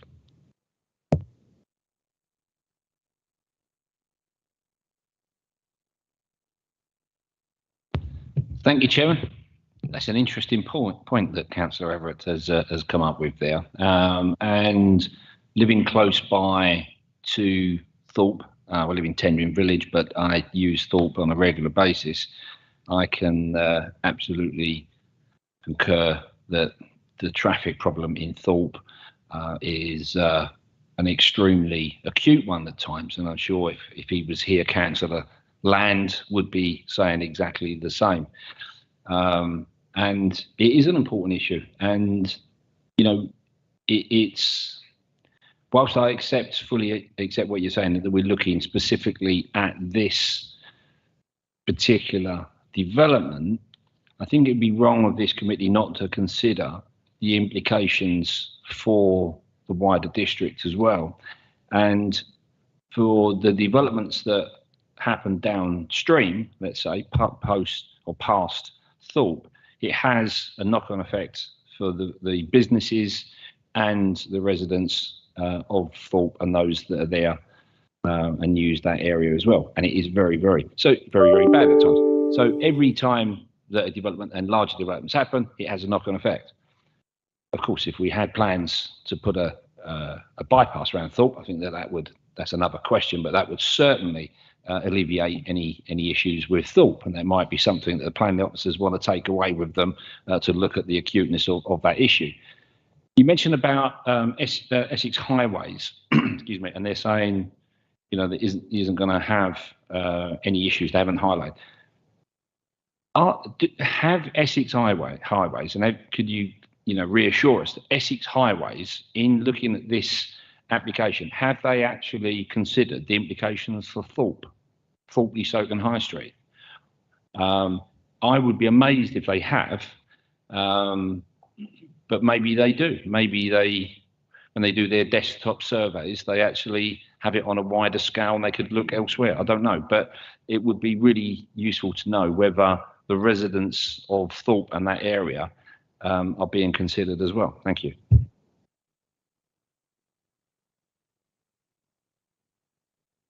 Junctions are generally monitored by the Highways Authority, and randomly they will survey junctions accordingly. I suppose I can only offer you this really. I've been involved in 2 significant schemes where the junction capacity was a significant major debate. One was in Elmswell, and I appreciate these are both Suffolk references, and the other one was a little bit further up from that, near Woolpit. Ultimately, there is a ratio of minimum and maximums, and it's very not an exact science in terms of a capacity, because you are dealing with different times of the day, you're dealing with different ratios of even in this district we have obviously a whole tourism aspect on top as well. I can only rely ultimately on the Highways Authority telling us that there is not, to their knowledge, a capacity issue that for this size and scale of development would be materially evidence. And I hate to bring this one up, but ultimately the position we have to go back to is the NPPF and whether or not we can prove severe harm in the context of highways. And I would say 24 houses would be for us as an authority to go against the Highways Authority and to find evidence and be able to produce that would be an extraordinarily hard task. Thank you, and I fully hear you, what you're saying. But it's not the committee that said that it's a problem for Thorpe. It's a planning inspector, and it's how much weight do we place on a planning inspector on their views? Is that a material reason? Who trumps who? Essex Highways or the planning inspector?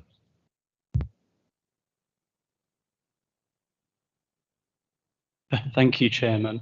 So I'm aware of the appeal decision that's referred to and was probably involved in it somewhere along the line, I'm pretty sure.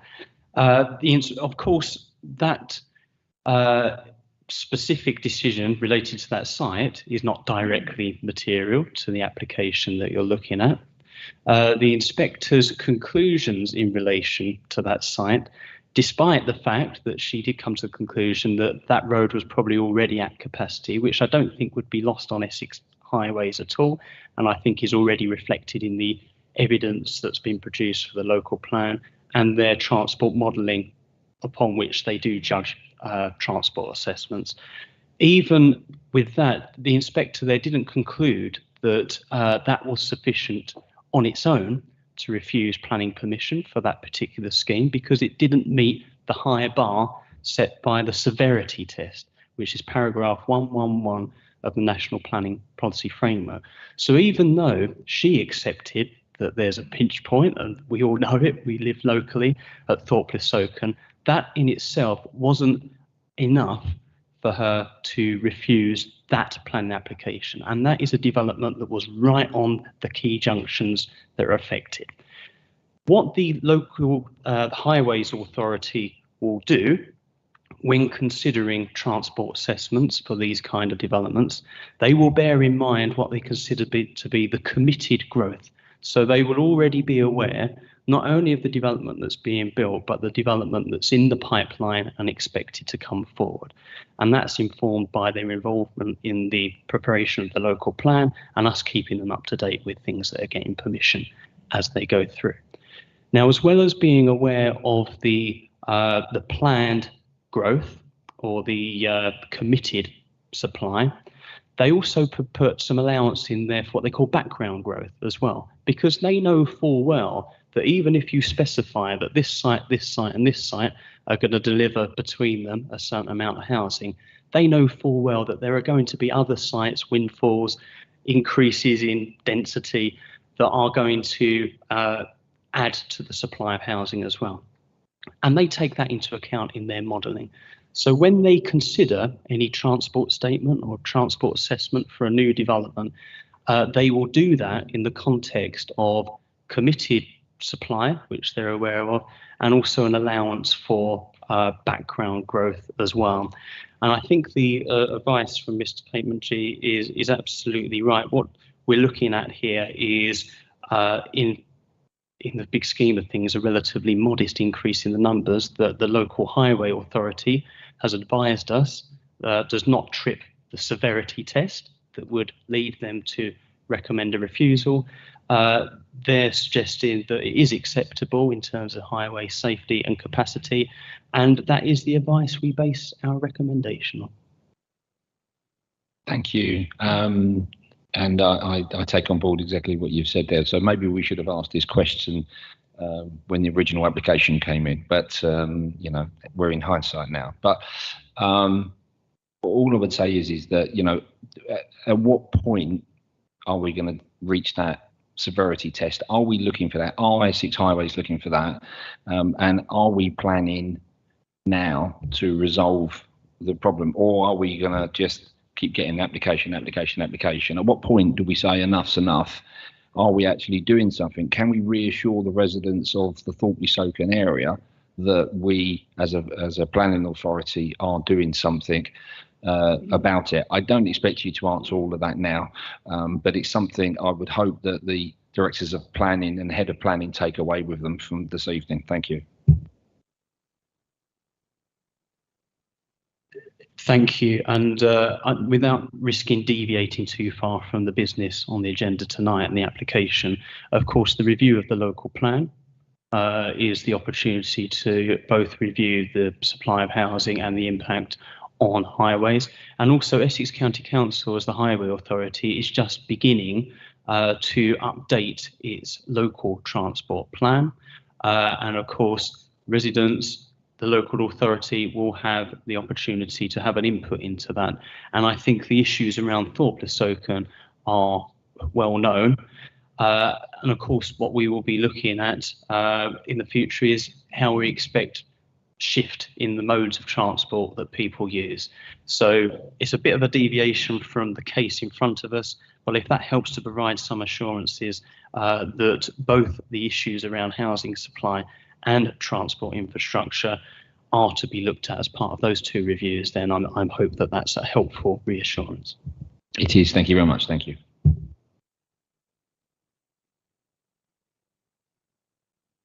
Thank you, Chair. I'm listening intently to this debate. I'm more than concerned about Thorpe, etc. But we have spent a vast majority of this question time talking about nothing else but Thorpe. Well, I thought we were sitting here and the material consideration was what's before us in respect to 24 houses to be built in Walton on the Naze Frinton area, Kirby. I tend to lean towards what the district councillor had reported, was that the benefits of this with financial contributions outstrip anything that that could be achieved without it. Okay, so I went on to the internet a second ago, and according to Halifax, they know a thing or two about housing. I think that housing fell by 2.6 up to the year to June of this year. Well, of course, that doesn't sound a lot, but it is massive if you're selling on a larger scale, and there's huge financial amounts involved. So, although I understand this entirely, that about the whole Thorpe thing, I've just looked at the Highways Department again, which I read through during the agenda, Chair, and I see nothing in it that raises flags, nothing whatsoever.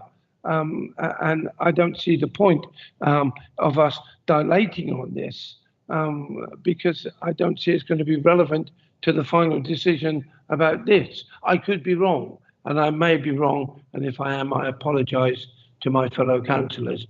But I think my concentration is on the 24 here, where it goes from here.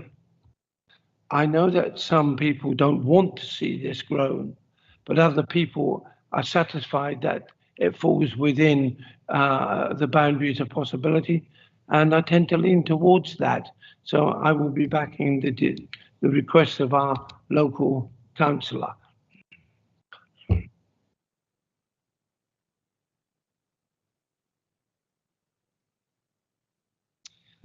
Thank you. What concerns me is that, as has been identified by the local councillors, there's a perceived need for the access to the car park for the school to be accessed from another place, not the one that is used for the whole of the development. And the issue around that appears to be that during times of school tipping in and tipping out, that is likely to be busy anyway, let alone with the extra pressure put on it by having a car park within the development itself. And I'm concerned that Essex County Council haven't really taken that into account. And it's perhaps indicative of a slightly sloppy attitude that they haven't really looked at the traffic flows, including that development and the school traffic as well. So I get the point that the local councillors have made, that actually perhaps a secondary exit or entrance, both, to that car park might become necessary. Can you tell me from a practical perspective in terms of planning, could we condition another entrance exit onto that car park? No. Well, for two reasons really. That whole car park is not part of this application. It's outside the red line. The red line only covers the access road into the site and through to the replanned area. So it is outside the scope of this application to both condition, well, directly condition, and indeed the car park is not part of the proposal before you, and it is not, and it's already been completed. So I think it would be unreasonable to revisit.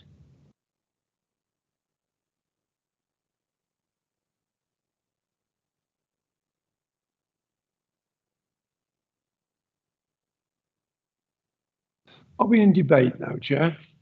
Ah, thank you. I get confused. I don't know where one stops and one starts, to be honest with you. Okay. Right. Mine is simple. I do understand entirely where we're coming from with the impact of the roads, but developer Joe Bloggs could easily, in the near future, in that area, for there is lots of available land around there, put an application in for, I don't know, maybe 50 houses.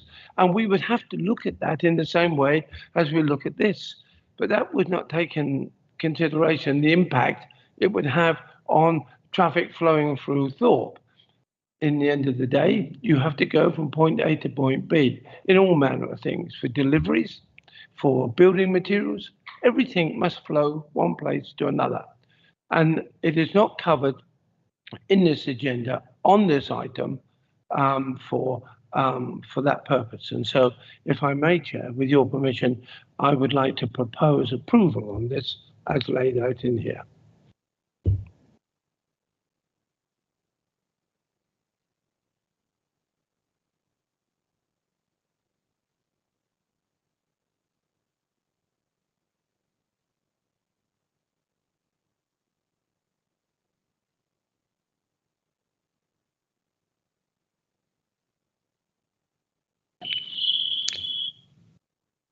Yes, Chairman, I would like to test it as a proposal, and therefore I'm quite willing to second it.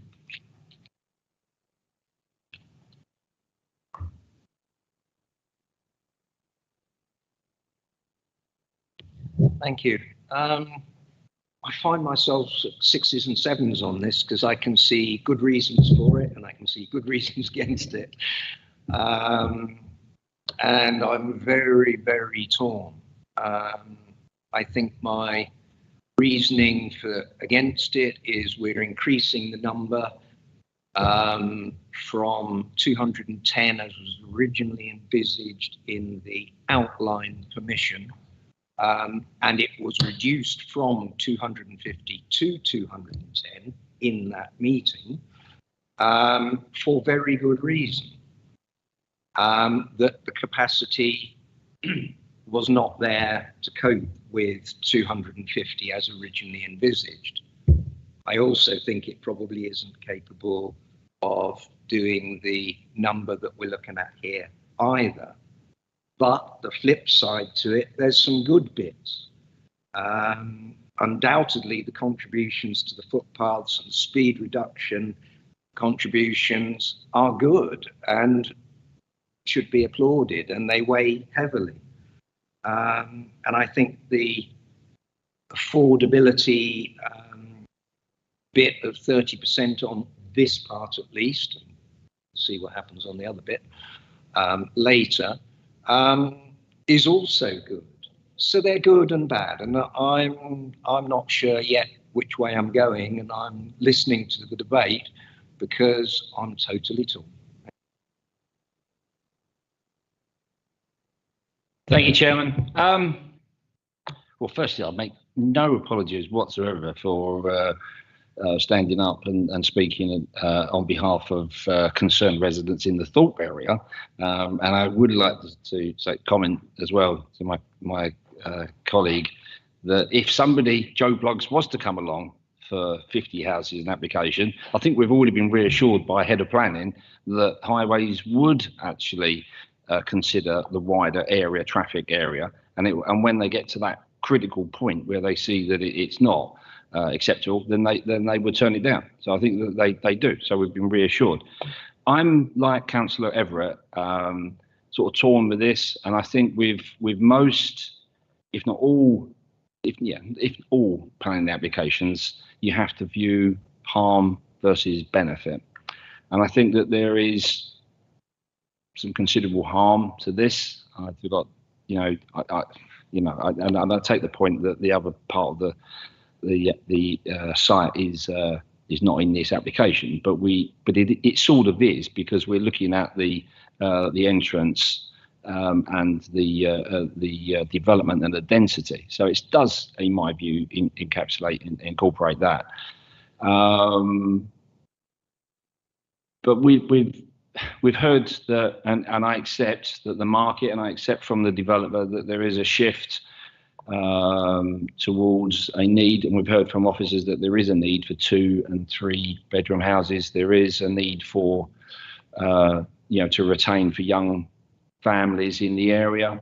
A question that I would have actually is whether or not in the conditions we could condition the sort of affordability or the affordable homes, whether somehow that could be conditioned that they are offered to local residents of sort of Kirkby and the Frinton area in the first instance, so that it's retained for.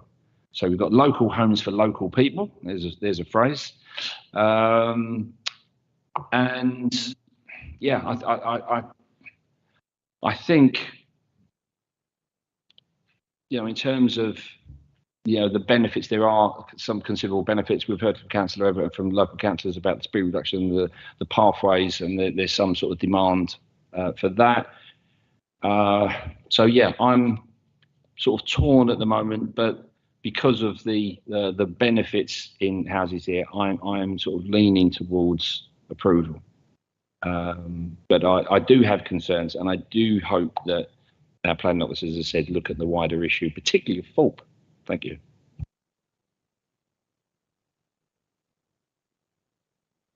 Thanks very much. Just to provide a bit of a response to Councillor Harris's question about local nomination, I think it was something that came up in Councillor Cossins's presentation as well. A few years ago, the council actually adopted new nomination arrangements, or local letting arrangements, which does give a greater degree of priority to those within the local area and the local connections. It was something that previous to that wasn't in place. So when the housing team is consulted on these, it will have regard to the housing register and the need from that. And when it comes to actually nominating people to the affordable housing, yes, there is a high priority for those that are statutory homeless, and that there's a statutory requirement for those. But elsewhere, the priority is given to those local people with those local connections through the council's letting arrangements that they adopted a few years back.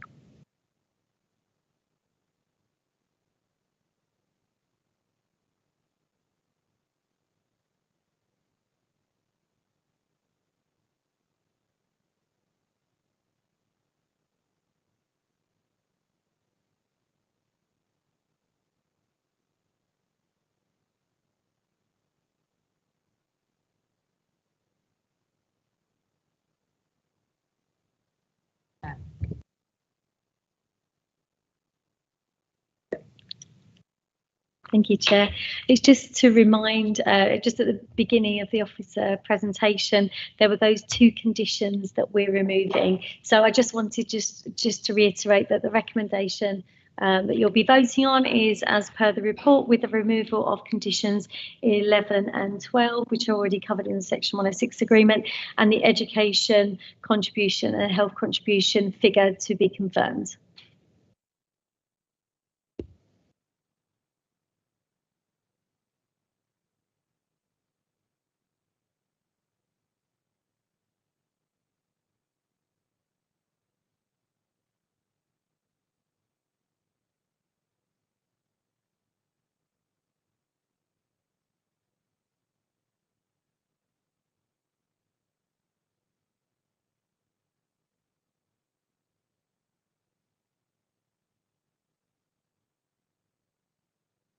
For.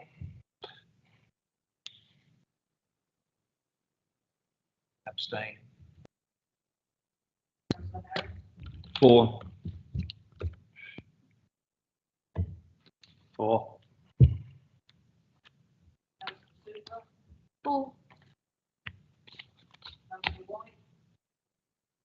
4. Abstain.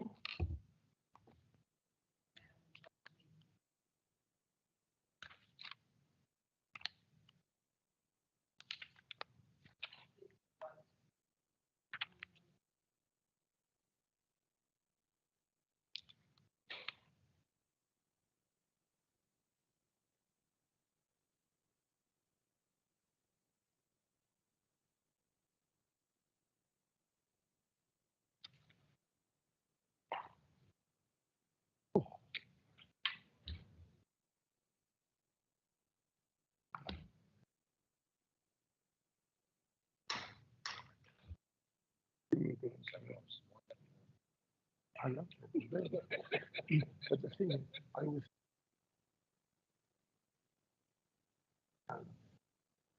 businesses, they think. You want to hear what they think. They think that they're happy with it as it is. They're struggling as it is, yes. Yeah. They depend on passing trade. Oh, thank God for that. Oh, thank God for that.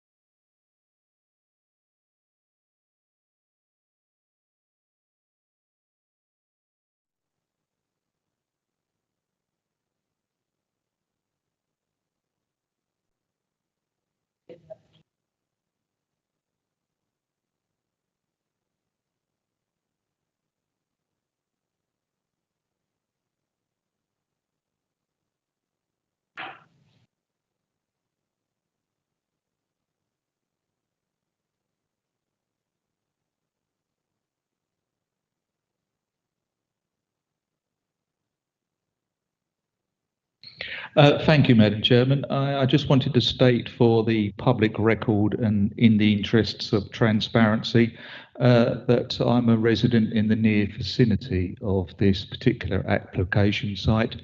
And I just want to put it on the record that I've played no active role in this planning application, either in my capacity as an officer or in my private capacity as a local resident. Thank you, Madam Chairman.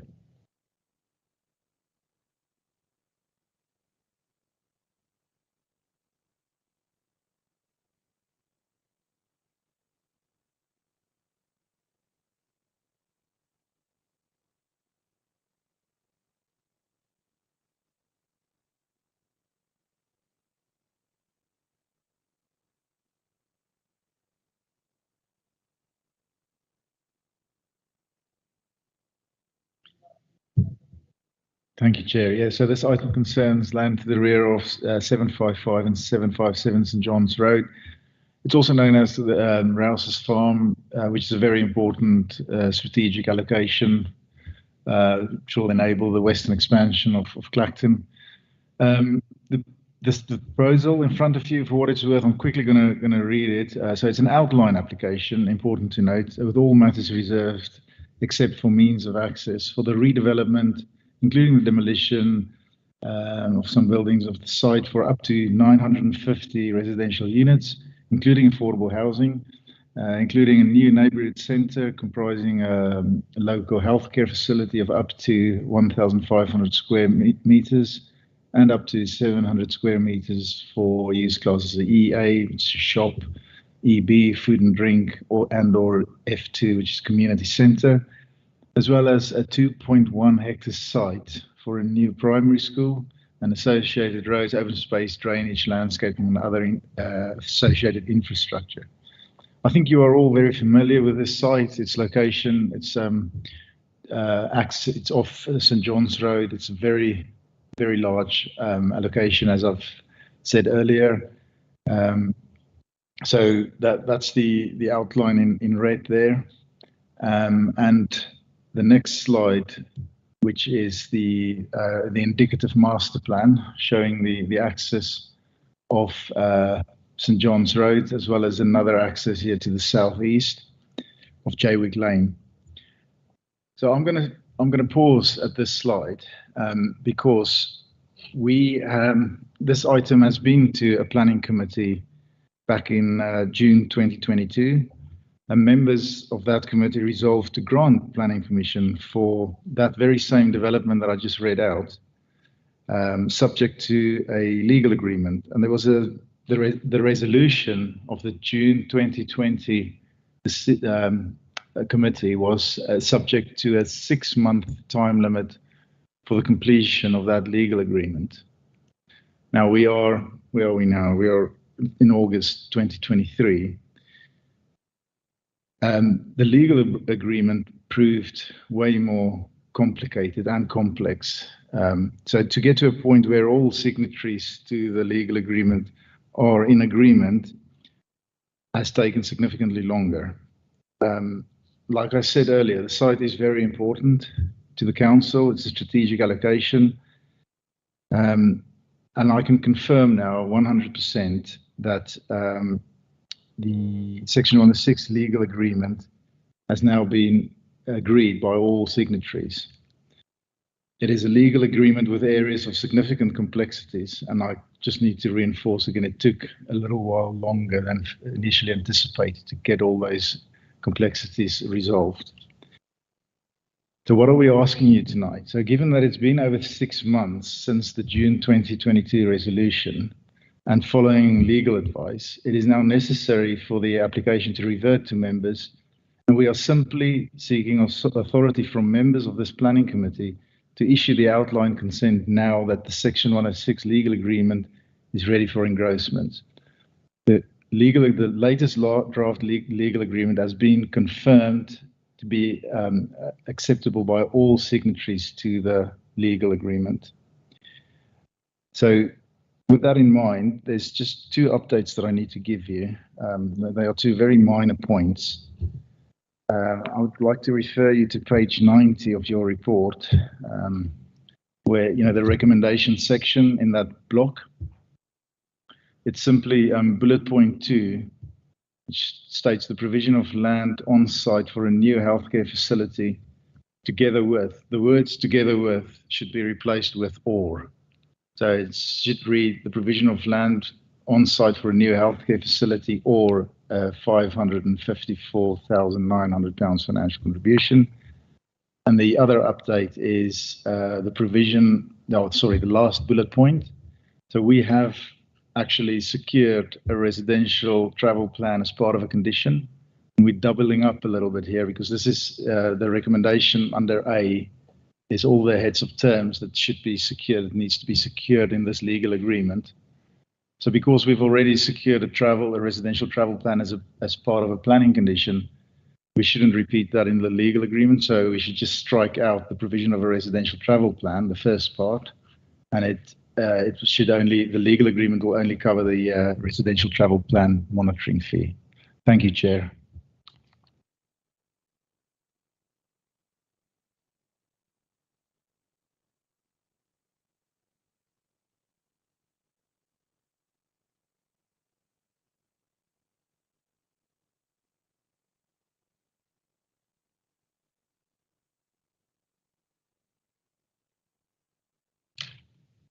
Hi, good evening, members. I'll try to be brief as I was only here last June and I might be repeating myself. As Jacob has said, the Section 106 was far more complex than any of us anticipated.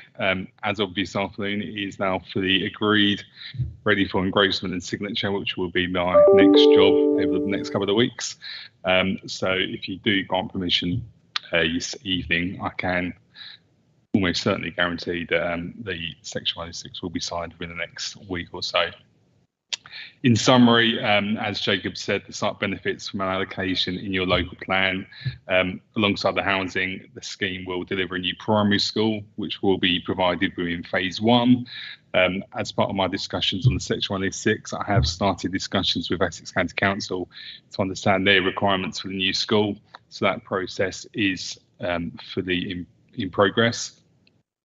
As Jacob hinted, the new homes provided by your development will include a significant level of affordable homes, and it will provide a significant part of your future housing supply and will reduce the need for you to have to consider speculative developments on sites that you have not chosen. Scheme will also provide a new neighbourhood centre and a health facility. These will be provided within phase 2. And generous areas of open space, up to 31% of the site will be green, essentially, which will allow for a variety of play provision and soft landscaping that will help to improve the health and well-being of the community. In summary, the application before you meets the policy requirements of the local plan allocation in full. As is detailed within your officer report, the application has been subjected to detailed and thorough scrutiny by both your officers and the consultees, resulting in a clean bill of health from all relevant consultees, and the scheme sits before you with all technical matters resolved. You can therefore approve the application tonight, safe in the knowledge that all potential impacts have been carefully considered and mitigated. And indeed, any potential impacts will continue to be tested through subsequent reserve matters and detailed condition discharge applications. We have started that process already. We have engaged with tendering and other bodies in advance of reserve matters for phases 1 and 2. We are ready to submit our first detailed applications imminently. And we look forward to the opportunity to work with you all to deliver a development that delivers significant growth and opportunity for Clacton residents. It is our full intention that the design and layout of the scheme matches and exceeds the same high standards that you have previously endorsed for our schemes elsewhere in tendering. You therefore have an application before you this evening that will deliver tangible benefits to both the community and your district. The report provides a detailed assessment of the scheme against planning policy and clearly identifies that the scheme is compliant. You have before you a planned development on the site endorsed by members of your council, and therefore request that you endorse the officer's recommendation and approve the application. Thank you. Apologies.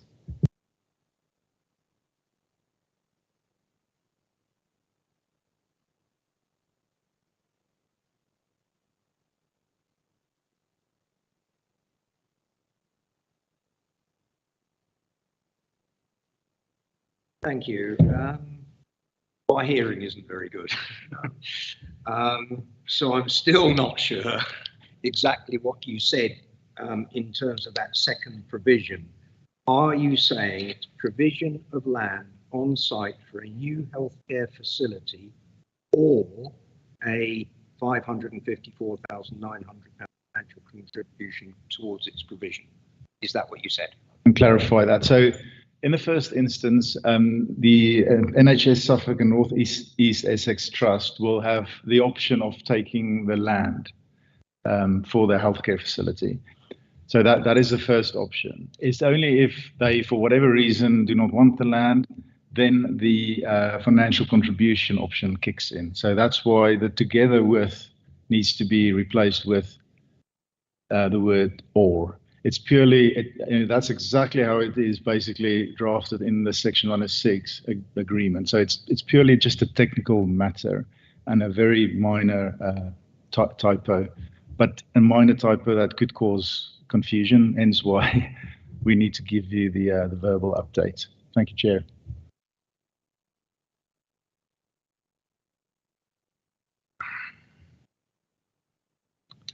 Thank you, Madam Chairman.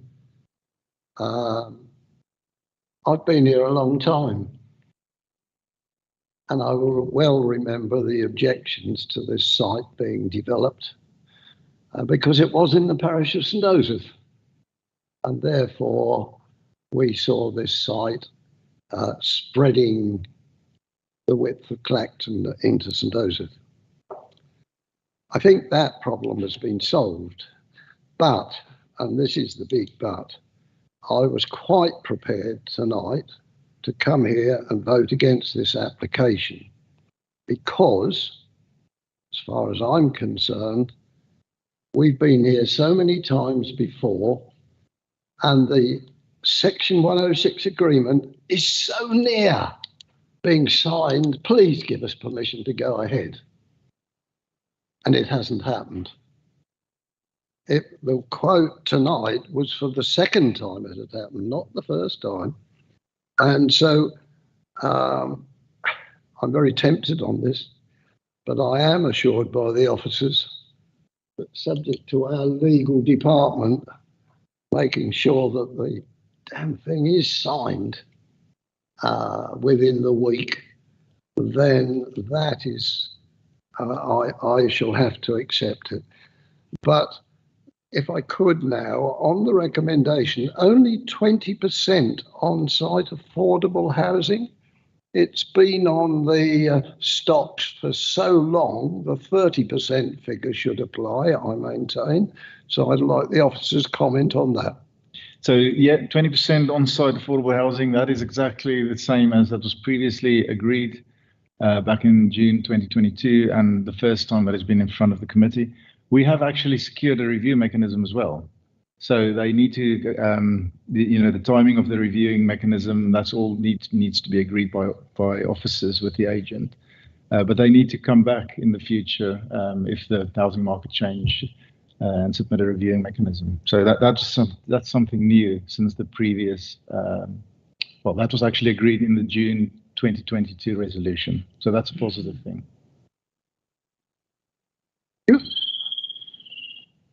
Councillor. Thank you, Chairman.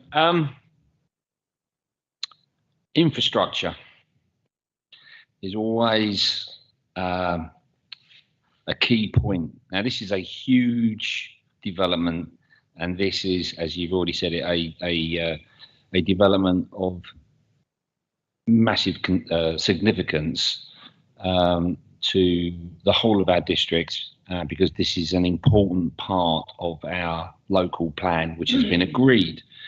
And if this doesn't go ahead, then it will have ramifications for the whole district. So it is vitally, vitally important that this goes ahead now. But I've got a bit of a problem with two little letters, O and R, or, that you've just put in there. Provision of land for a new healthcare facility, or 554,000. My concern would be that the land is not needed, and the NHS turn around and go, well, actually, no, we'll just pocket the well, pocket's probably the wrong word, actually. They're going to use that £554,000 in a facility elsewhere. And that site, which has been promised a healthcare facility, doesn't actually get a healthcare facility. And we come back to that phrase I used earlier, mission creep. And John, if you're still on the planning committee in another 5 years' time, you'll see this come back again. And guess what? They didn't need the land, so we want to come back for another 100 houses or whatever it is on that particular site or whatever it is. That's my fear. I'm not sure that you're going to give me any answers now that's going to reassure me, but I'm just venting my frustration. It's been a whole night of venting my frustrations tonight, but I just do not want that to happen. And I'm sure residents will be concerned that that's going to happen. Is there anything you can do to reassure me? I can give extra reassurance. So the way the Section 106 is drafted and agreed now by all parties is actually directly in line with the allocation, because the allocation seeks to provide a healthcare facility, the land, or a financial contribution. So that is a line that's been agreed. This concern was raised, I think, in June 2022 as well. And we, as part of that planning committee, we agreed that if it goes to the financial contribution option, that is actually ring fenced for medical facilities in the West Clacton area, if I'm correct, only. So we have secured that additional requirement, if you like. Just come back on one point there. Sorry, we heard, I'm not sure who said that, whether yourself or the applicant, that the school is going to happen in phase 1. Yeah. What phase would the healthcare facility happen if it happens on site, please? Oh, so that's a quite a detailed Section 106 trigger question, isn't it?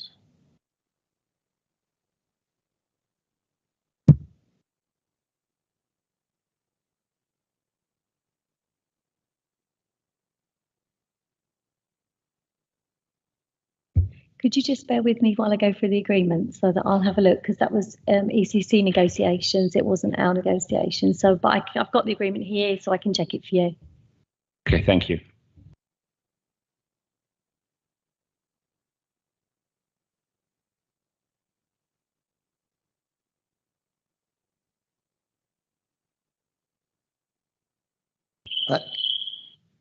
Thank you, Chairman. Following up of what Councillor Harris has just said, can we make it a condition that work starts on that site within a year?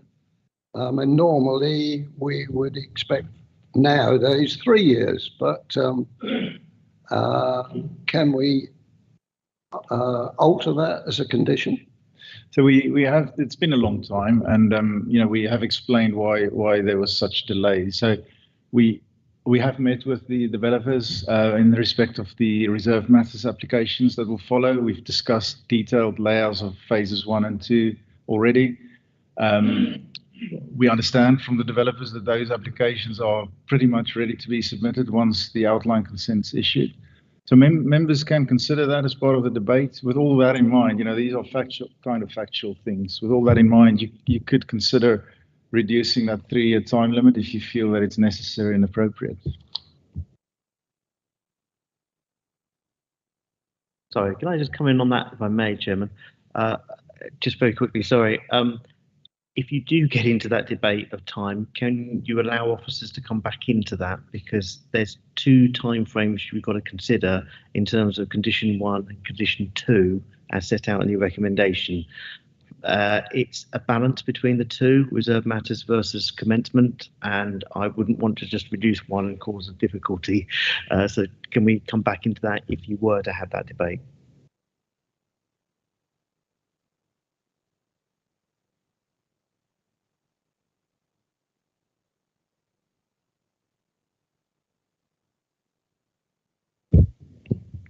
Thank you, Chair. I must confess, after reading the agenda, there's no input, unless I've missed it somewhere, from education or from health. Now, normally we would have in one of our consultants, that would be there, somewhere hiding in there. From what I can understand it, we have just been the pleasure of 1,000 plus dental appointments because of such a dramatic loss of dental care within our area. You can't get a doctor's appointment to save your life, and the schools are at bursting point. There are very few places. I'm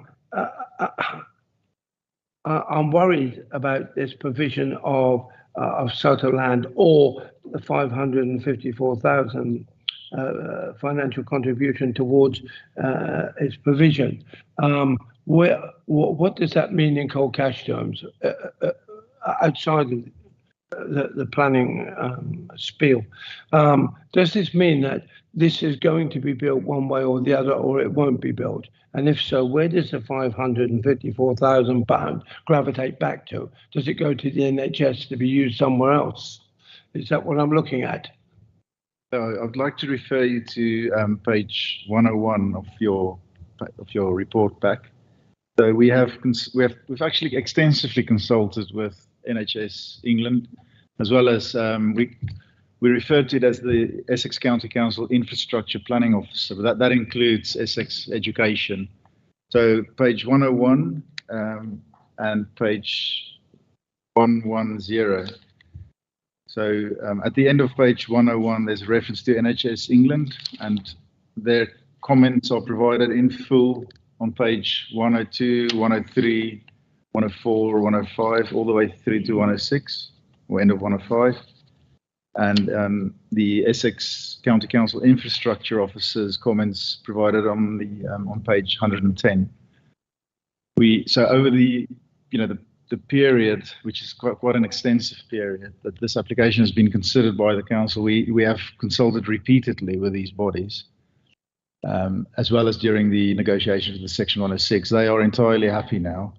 In terms of the second part of your question, so in plain English, it means if for whatever reason the NHS doesn't want the site, the serviced site earmarked for the healthcare facilities, if they're not taking the site, then we revert to the £500,000 contribution. That contribution that contribution will be paid to the council, and that will be passed on to the relevant NHS body, and that should be spent on improving and expanding existing medical facilities, and it's ring-fenced for the West Clacton area. Thank you, Chair.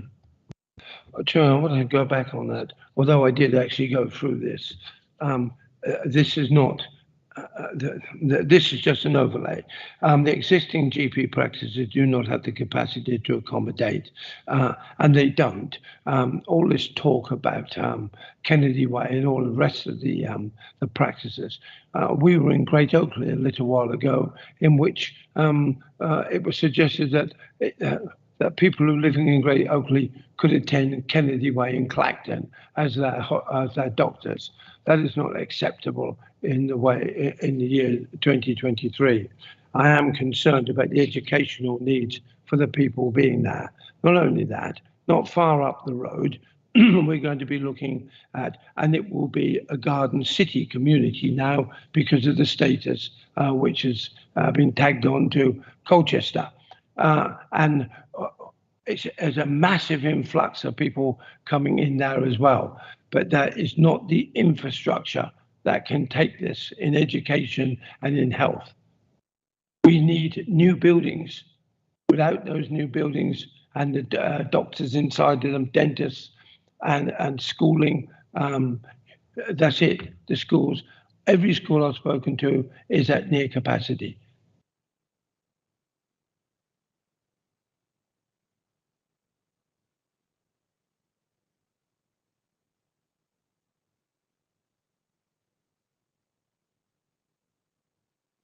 With your permission, I'll go into the debate now. Because I just wanted to comment on, the concerns that Councillor Alexander has raised, and I think, I certainly share the concerns with any major development that infrastructure is so important, and sometimes we get it right and sometimes we don't, and the garden community, that's certainly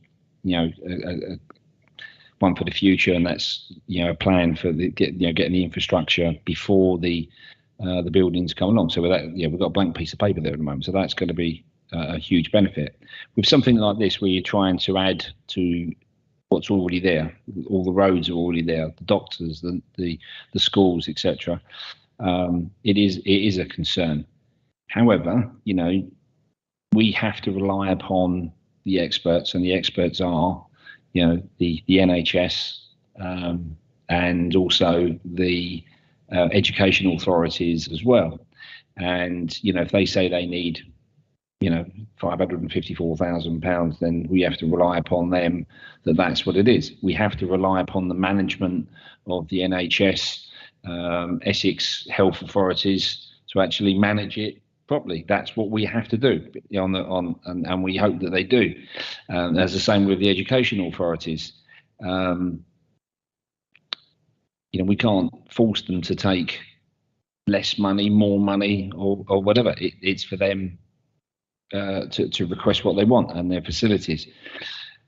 My concern would be is if it doesn't happen, is are there going to be requests for future for more housing, etc., which will just compound and add to the problem.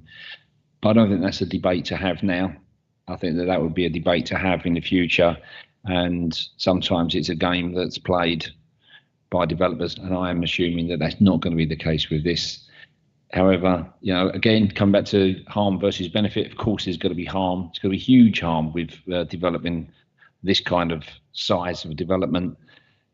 With the loss of farming, etc. But again, that ship sailed, that debate's gone. It's in our local plan. We have all voted to support the local plan. This is in the local plan. This, if it doesn't go ahead, it will have huge ramifications for the whole district. Therefore, this must go ahead, and I would certainly urge all those parties, including the agent and developer, to get their heads together to try and move this along as quickly as possible, and for officers to challenge the development along the way to ensure that it's done in the best possible way for the future of Tendring District. So with that in mind, at an early stage, I'm very happy to propose acceptance. Thank you.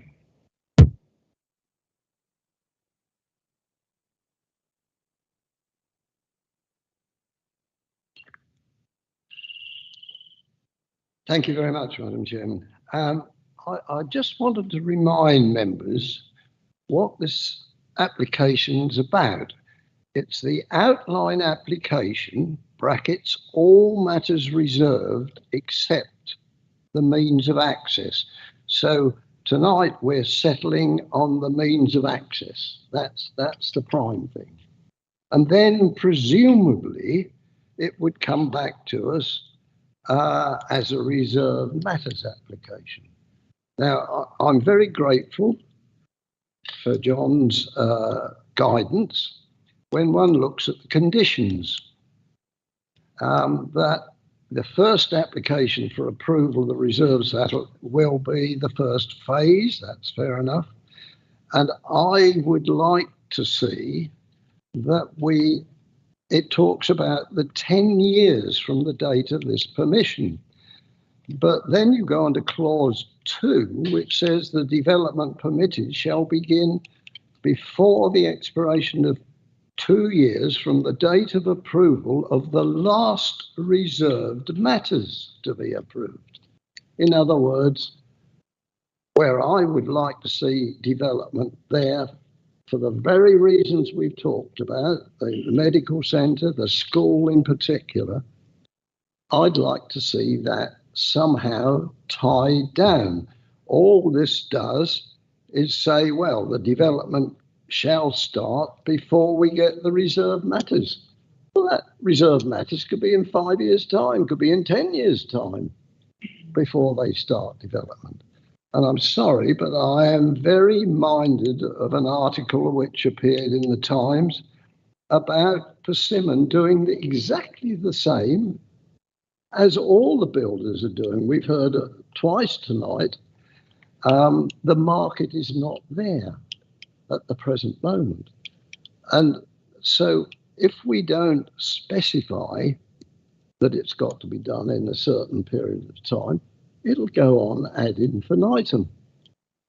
I just remind you about the applications for the St John's nursery site, where we put up a great case that it would overload the St John's Road. And the inspector, the first time round, he didn't grant the application, but he did say, well, I'm sorry, you keep telling me there's going to be 900 houses over the road, but nothing's agreed yet, so you can't use that as an example. When it came to the second appeal, the inspector said, well, it didn't worry the first inspector, so it's not going to worry me. And the very day that appeal decision was made, we had a fatality outside Pump Hill Garage, which is what we've been talking about. But the inspector said it's quite safe on that road. Essex County Council are happy with it. So I would like to say that if we are going to approve it, and we've got a proposal already, that somehow we must put in a speed or a time limit on when the development should start. To say, I'd like to see it within a year, but I don't suppose we can do that. It'll be some time before we get the reserve matter application, I think. So I'll rest my case at the present moment, Chairman. Thank you, Councillor White and Chairman. You've actually stepped upon a very, I sound weird when I keep saying these sort of things, don't I? A very unusual case again. It's about the second time I think I've said that tonight. Planning conditions, the standard planning conditions when it comes to reserve matters and outline are probably designed around a basic understanding of the timings of an application. They're not really based on an application for 950 houses and the scale of this development. They're normally based around 20 houses or whatever. So actually, what we've done is kind of tripped ourselves up, and I'll explain. Because we had to allow for the number of phases that this is likely to consist of to cover that extent of housing and other development, we expanded the expiry date for reserve matters to 10 years. But you're right, the default is that the last reserve matters is 2 years after the last reserve matters. In theory, if a developer wanted to hang on to just putting the reserve matters in, they could expand that for almost 12 years before they actually have to put a spade in the ground. However, I can give you a very simple solution if you wish to take this forward. Simply change condition 2 to say the development hereby permitted shall begin before the expiration of 2 years from the date of the approval of the first reserve matters to be approved. That, I think, should sufficiently speed things up to get things started.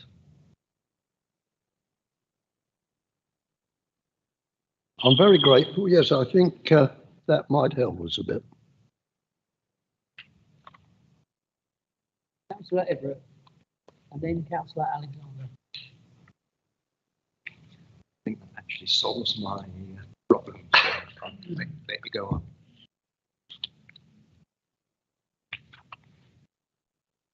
Councillor Alexander.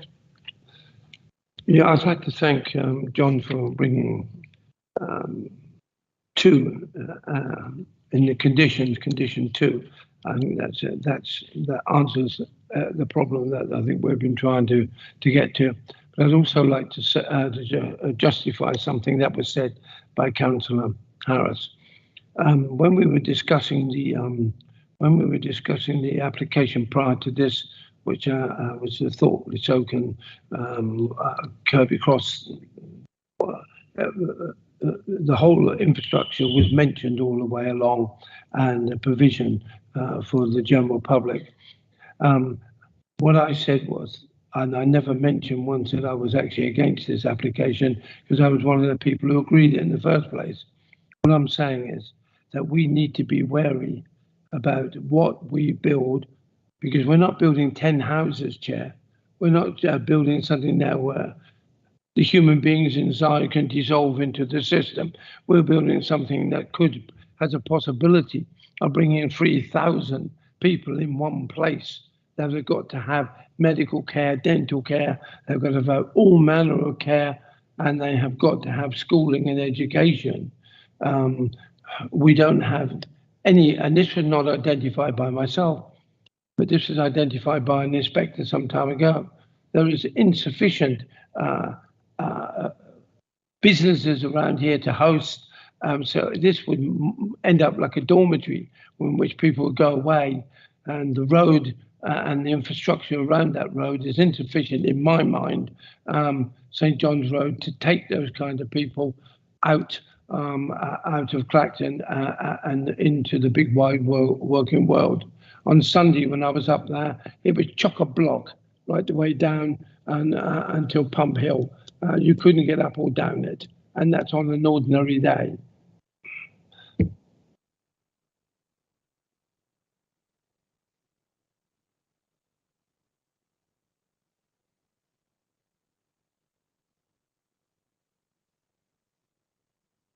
Thank you, Chair. So just looking at the phasing plan, just correct me if I'm wrong, the education facility land is phase 1A. It's in phase 1A, and just it's quite a complex covenant, so I'm trying to break it down. So basically, it is in the discretion of the county council to serve something called an education site notice, which on the phase 1 landowners, the phase 1A landowners and the developer, which then brings into effect the covenant. So they serve something called an education site notice, and once the education site notice is served, then the relevant landowners and the developer covenant that within 6 months of the service of that education site notice, they will provide certain access rights, etc., to the county council, access to, and also provision of water supply, etc., etc. And then just bear with me. And then to also within that 6 month period, they are required to complete in full the education site works, which have been agreed or specified between the county and the nominees to their satisfaction, and to provide a copy of a practical completion statement. So the works are carried out, completion statement is provided. The county have to accept that completion statement, and there are provisions if that there are any disagreements in terms of the work that might be carried out. And then once the works are completed to the satisfaction of the county, to transfer the land to the county council. So it's basically triggered by the county serving an education site notice. And the health centre? So the health centre, I'll just go back to the red.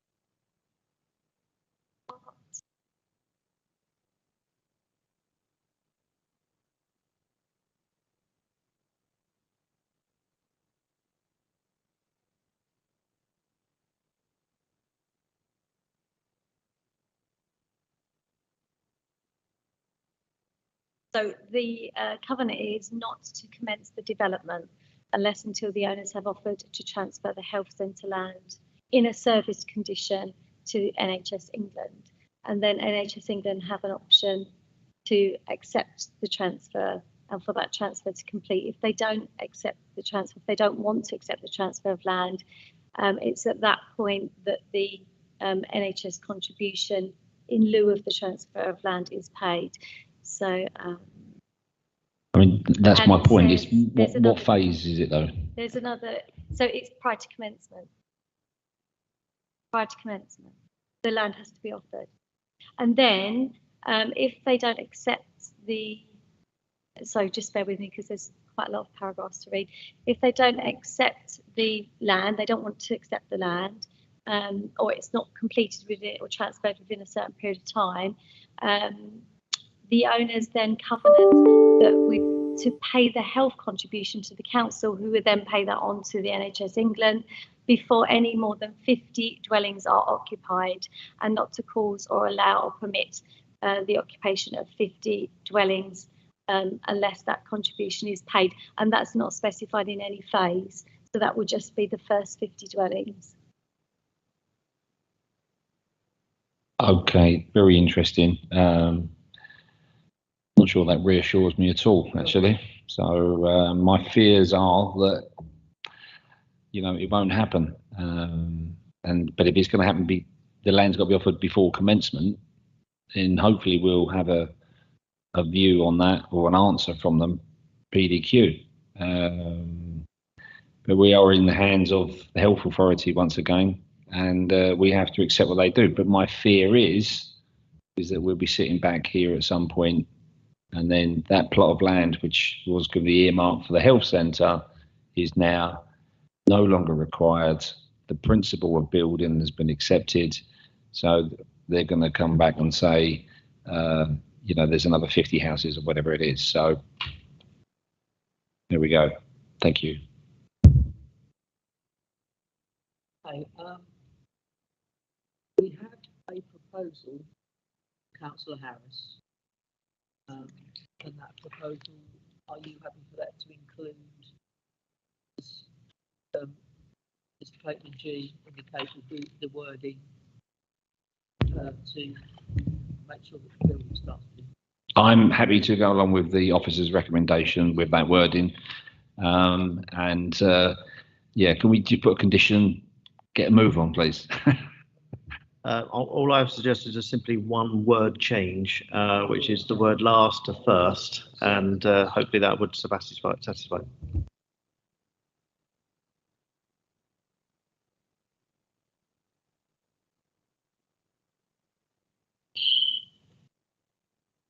Chairman, I'm prepared to second it, but I want to change in two conditions, not just item 2, which was suggested by John. If you read question 1, it says at least the first phase of the development shall be made no later than 3 years from the date of this permission. I'd like to see that changed to 1 year. And then in condition 2, as suggested by John, the development hereby permitted shall be begun before the expiration of 2 years from the date of approval of the first reserved matters to be approved. So, in other words, clause 1 would read no later than 1 year from the date of this permission. They've got to put in at least the first application for reserved matters. And then, if that is approved, then before the expiration of 2 years from that first date, we should start to see some development on the site. That reduces it down to 3 to 4 years max before we start to see development. There is a danger of pulling strings of a tapestry and very quickly it all unravels, and I feel this is where we're going to get to. My concern here is you play around with one condition, you play with both, you've got a very different time frame to be dealing with. So let me give you the scenario. Ultimately, if we are saying that we need a reserved matters application to be in no later than 3 years of the disposition. Right, okay, so we reduce that to 1 year. So within the next year, they have to give us a reserve matters application. Now, if we're very efficient and we approve that instantaneously, for example, they then only get 2 years to commence. And I'd imagine, I'm not sure if they are absolutely ready to be putting the diggers onto site literally within 2 to 3 years. Plus, you're then forcing a load of obligations to kick in respect of the 106 agreement, not least to agree whether the health land is going to be given to the NHS or not. And there's probably loads of others I haven't even unravelled. I would prefer not to change both, because I think the reserve matters timeframe needs to be realistic and reasonable for a large company to deal with the financial and banking requirements, at least, in order to get that development off the ground and enough capital to then start paying out for the mechanics of all the other infrastructural requirements that we've got. The road costs alone for the access and the school are all quite early on in this development. They're not second or third phases. So I'm actually surprised to see them so early as it is before we change this time frame. I'll be honest with you, if we're going to play around with that any further than the suggestion I've made, I am professionally saying to you that we need to discuss that further with the applicant, because we are possibly imposing a burden too far that would be a risk of reasonability. If I could, Chairman, yes, I can understand it's going to be tight for them, but the original pre-app discussions for 2015, that's 8 years ago.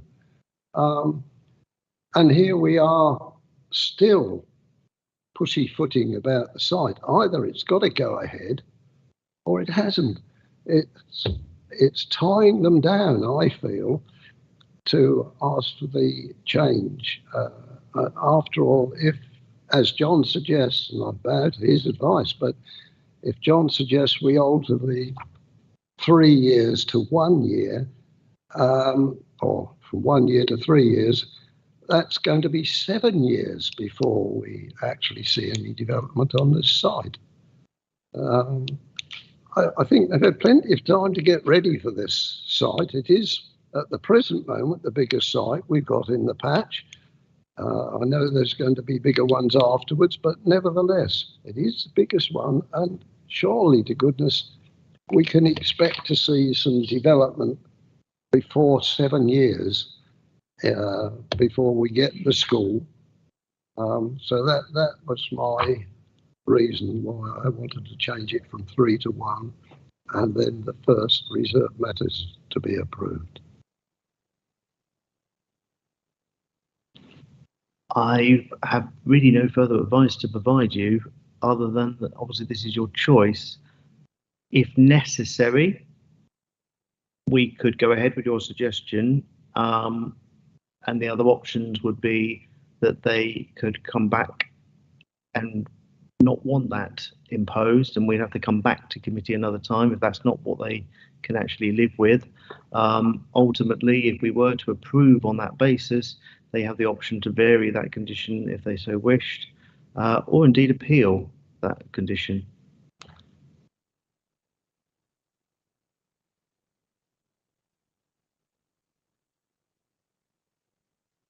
Thank you very much. I mean, I hear the frustrations from Councillor White, and I greatly sympathise and agree with some of the points that he was saying. However, however much we want, how quickly we want this to go ahead in terms of the local plan for the good of the district, I'm sure if you ask any of the local residents, they're probably quite happy if it doesn't happen for the next 10 years, being brutally honest. However, this site is of such significance that this has to be viewed as a partnership between Tendring District Council, the other partners involved in this, the Essex Health, Education, and the developer. And, I would be hopefully the officers and the developer can hear our concerns. Will work diligently to work through this as quickly as possible. But being a businessman myself on a much smaller scale, but the development of anything and raising funds and capital and logistics and putting everything for a site of 50 houses is big, but for 950 is massive. And I would just be happy to follow the officer's advice and encourage the officers to work together with the developer. As I said, this is of such significant importance. This is a partnership for which will help our districts in the years to come. So I would recommend following the officer's advice on this.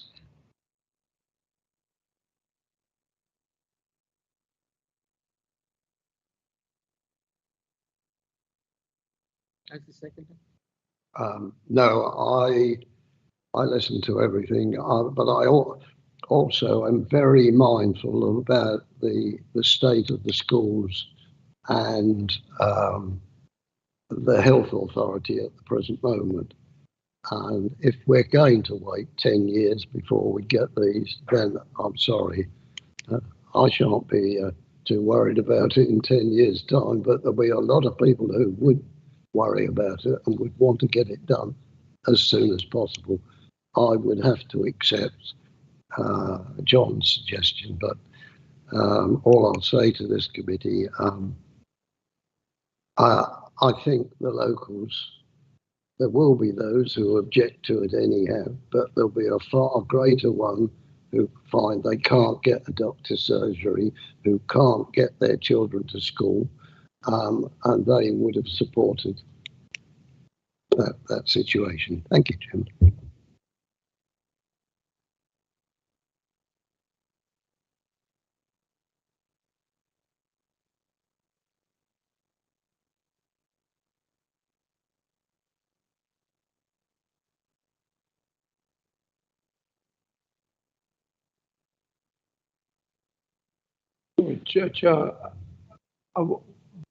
What is your expectation?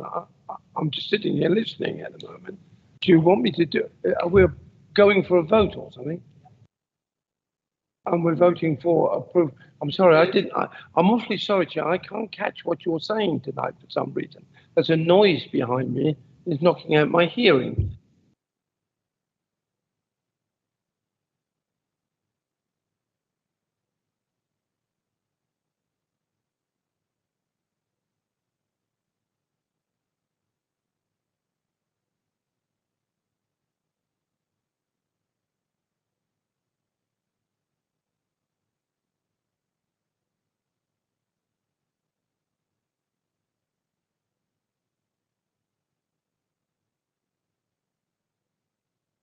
So it's with the amendment to condition 2, which changes the word, it deletes the word approval of the last of the reserved matters and changes it to the approval of the first of the reserved matters. And then the only other amendment is in relation to, if you look at the recommendation on page 90, A, and the final bullet point, the heads of terms only require the residential travel plan monitoring fee, not the travel plan itself, because that's covered by condition 20. They're the only two amendments, I believe.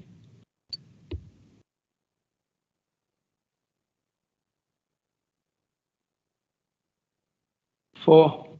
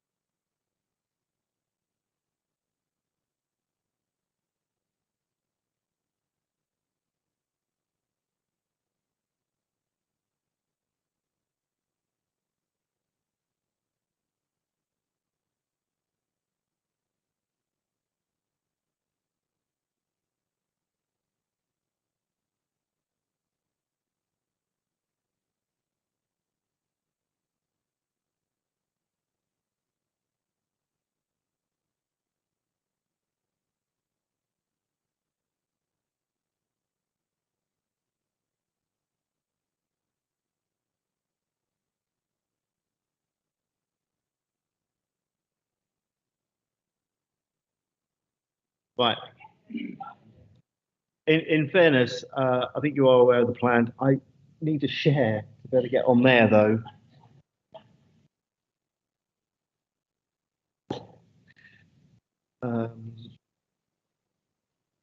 I honestly thought that was covered already. Except.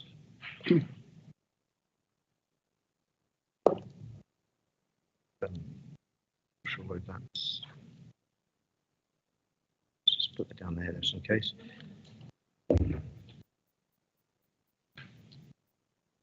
Yes.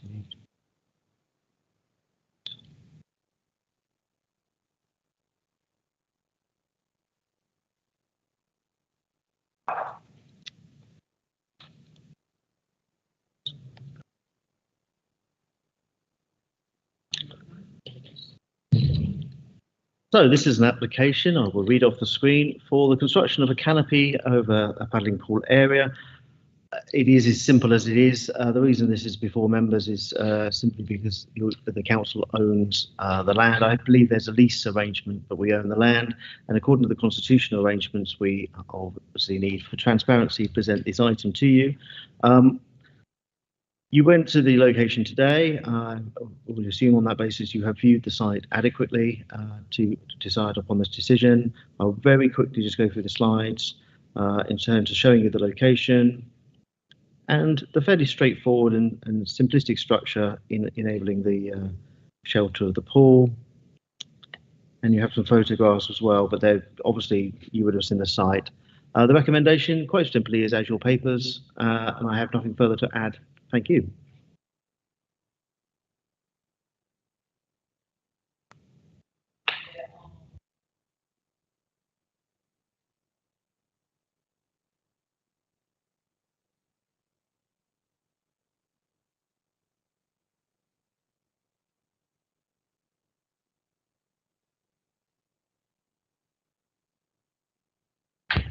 Thank you, Chair. I would like to congratulate the people who look after this area. I was never been there before, quite stunned by it. It's beautiful and I'd like to take my family there if I'm allowed to. And on that note, I'd like to propose this, for I see no point or any way I can refuse it. So my vote is approval.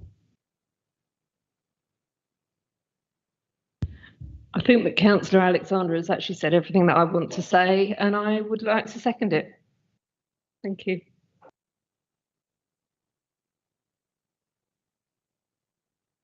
Thank you. I'd like to support the motion that's been and comment that it has better structural integrity than many of the Class Q applications. Yeah.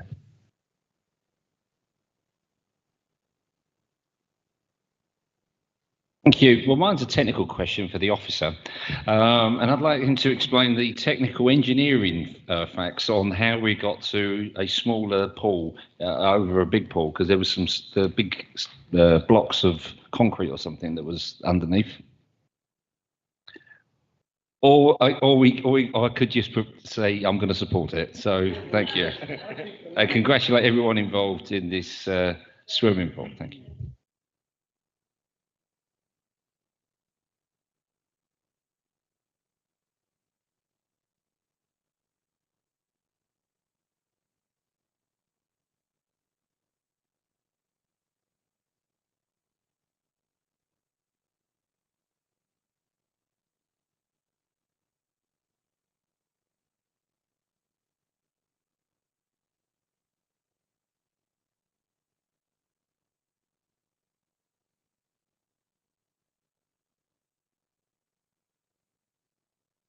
Thank you, everybody.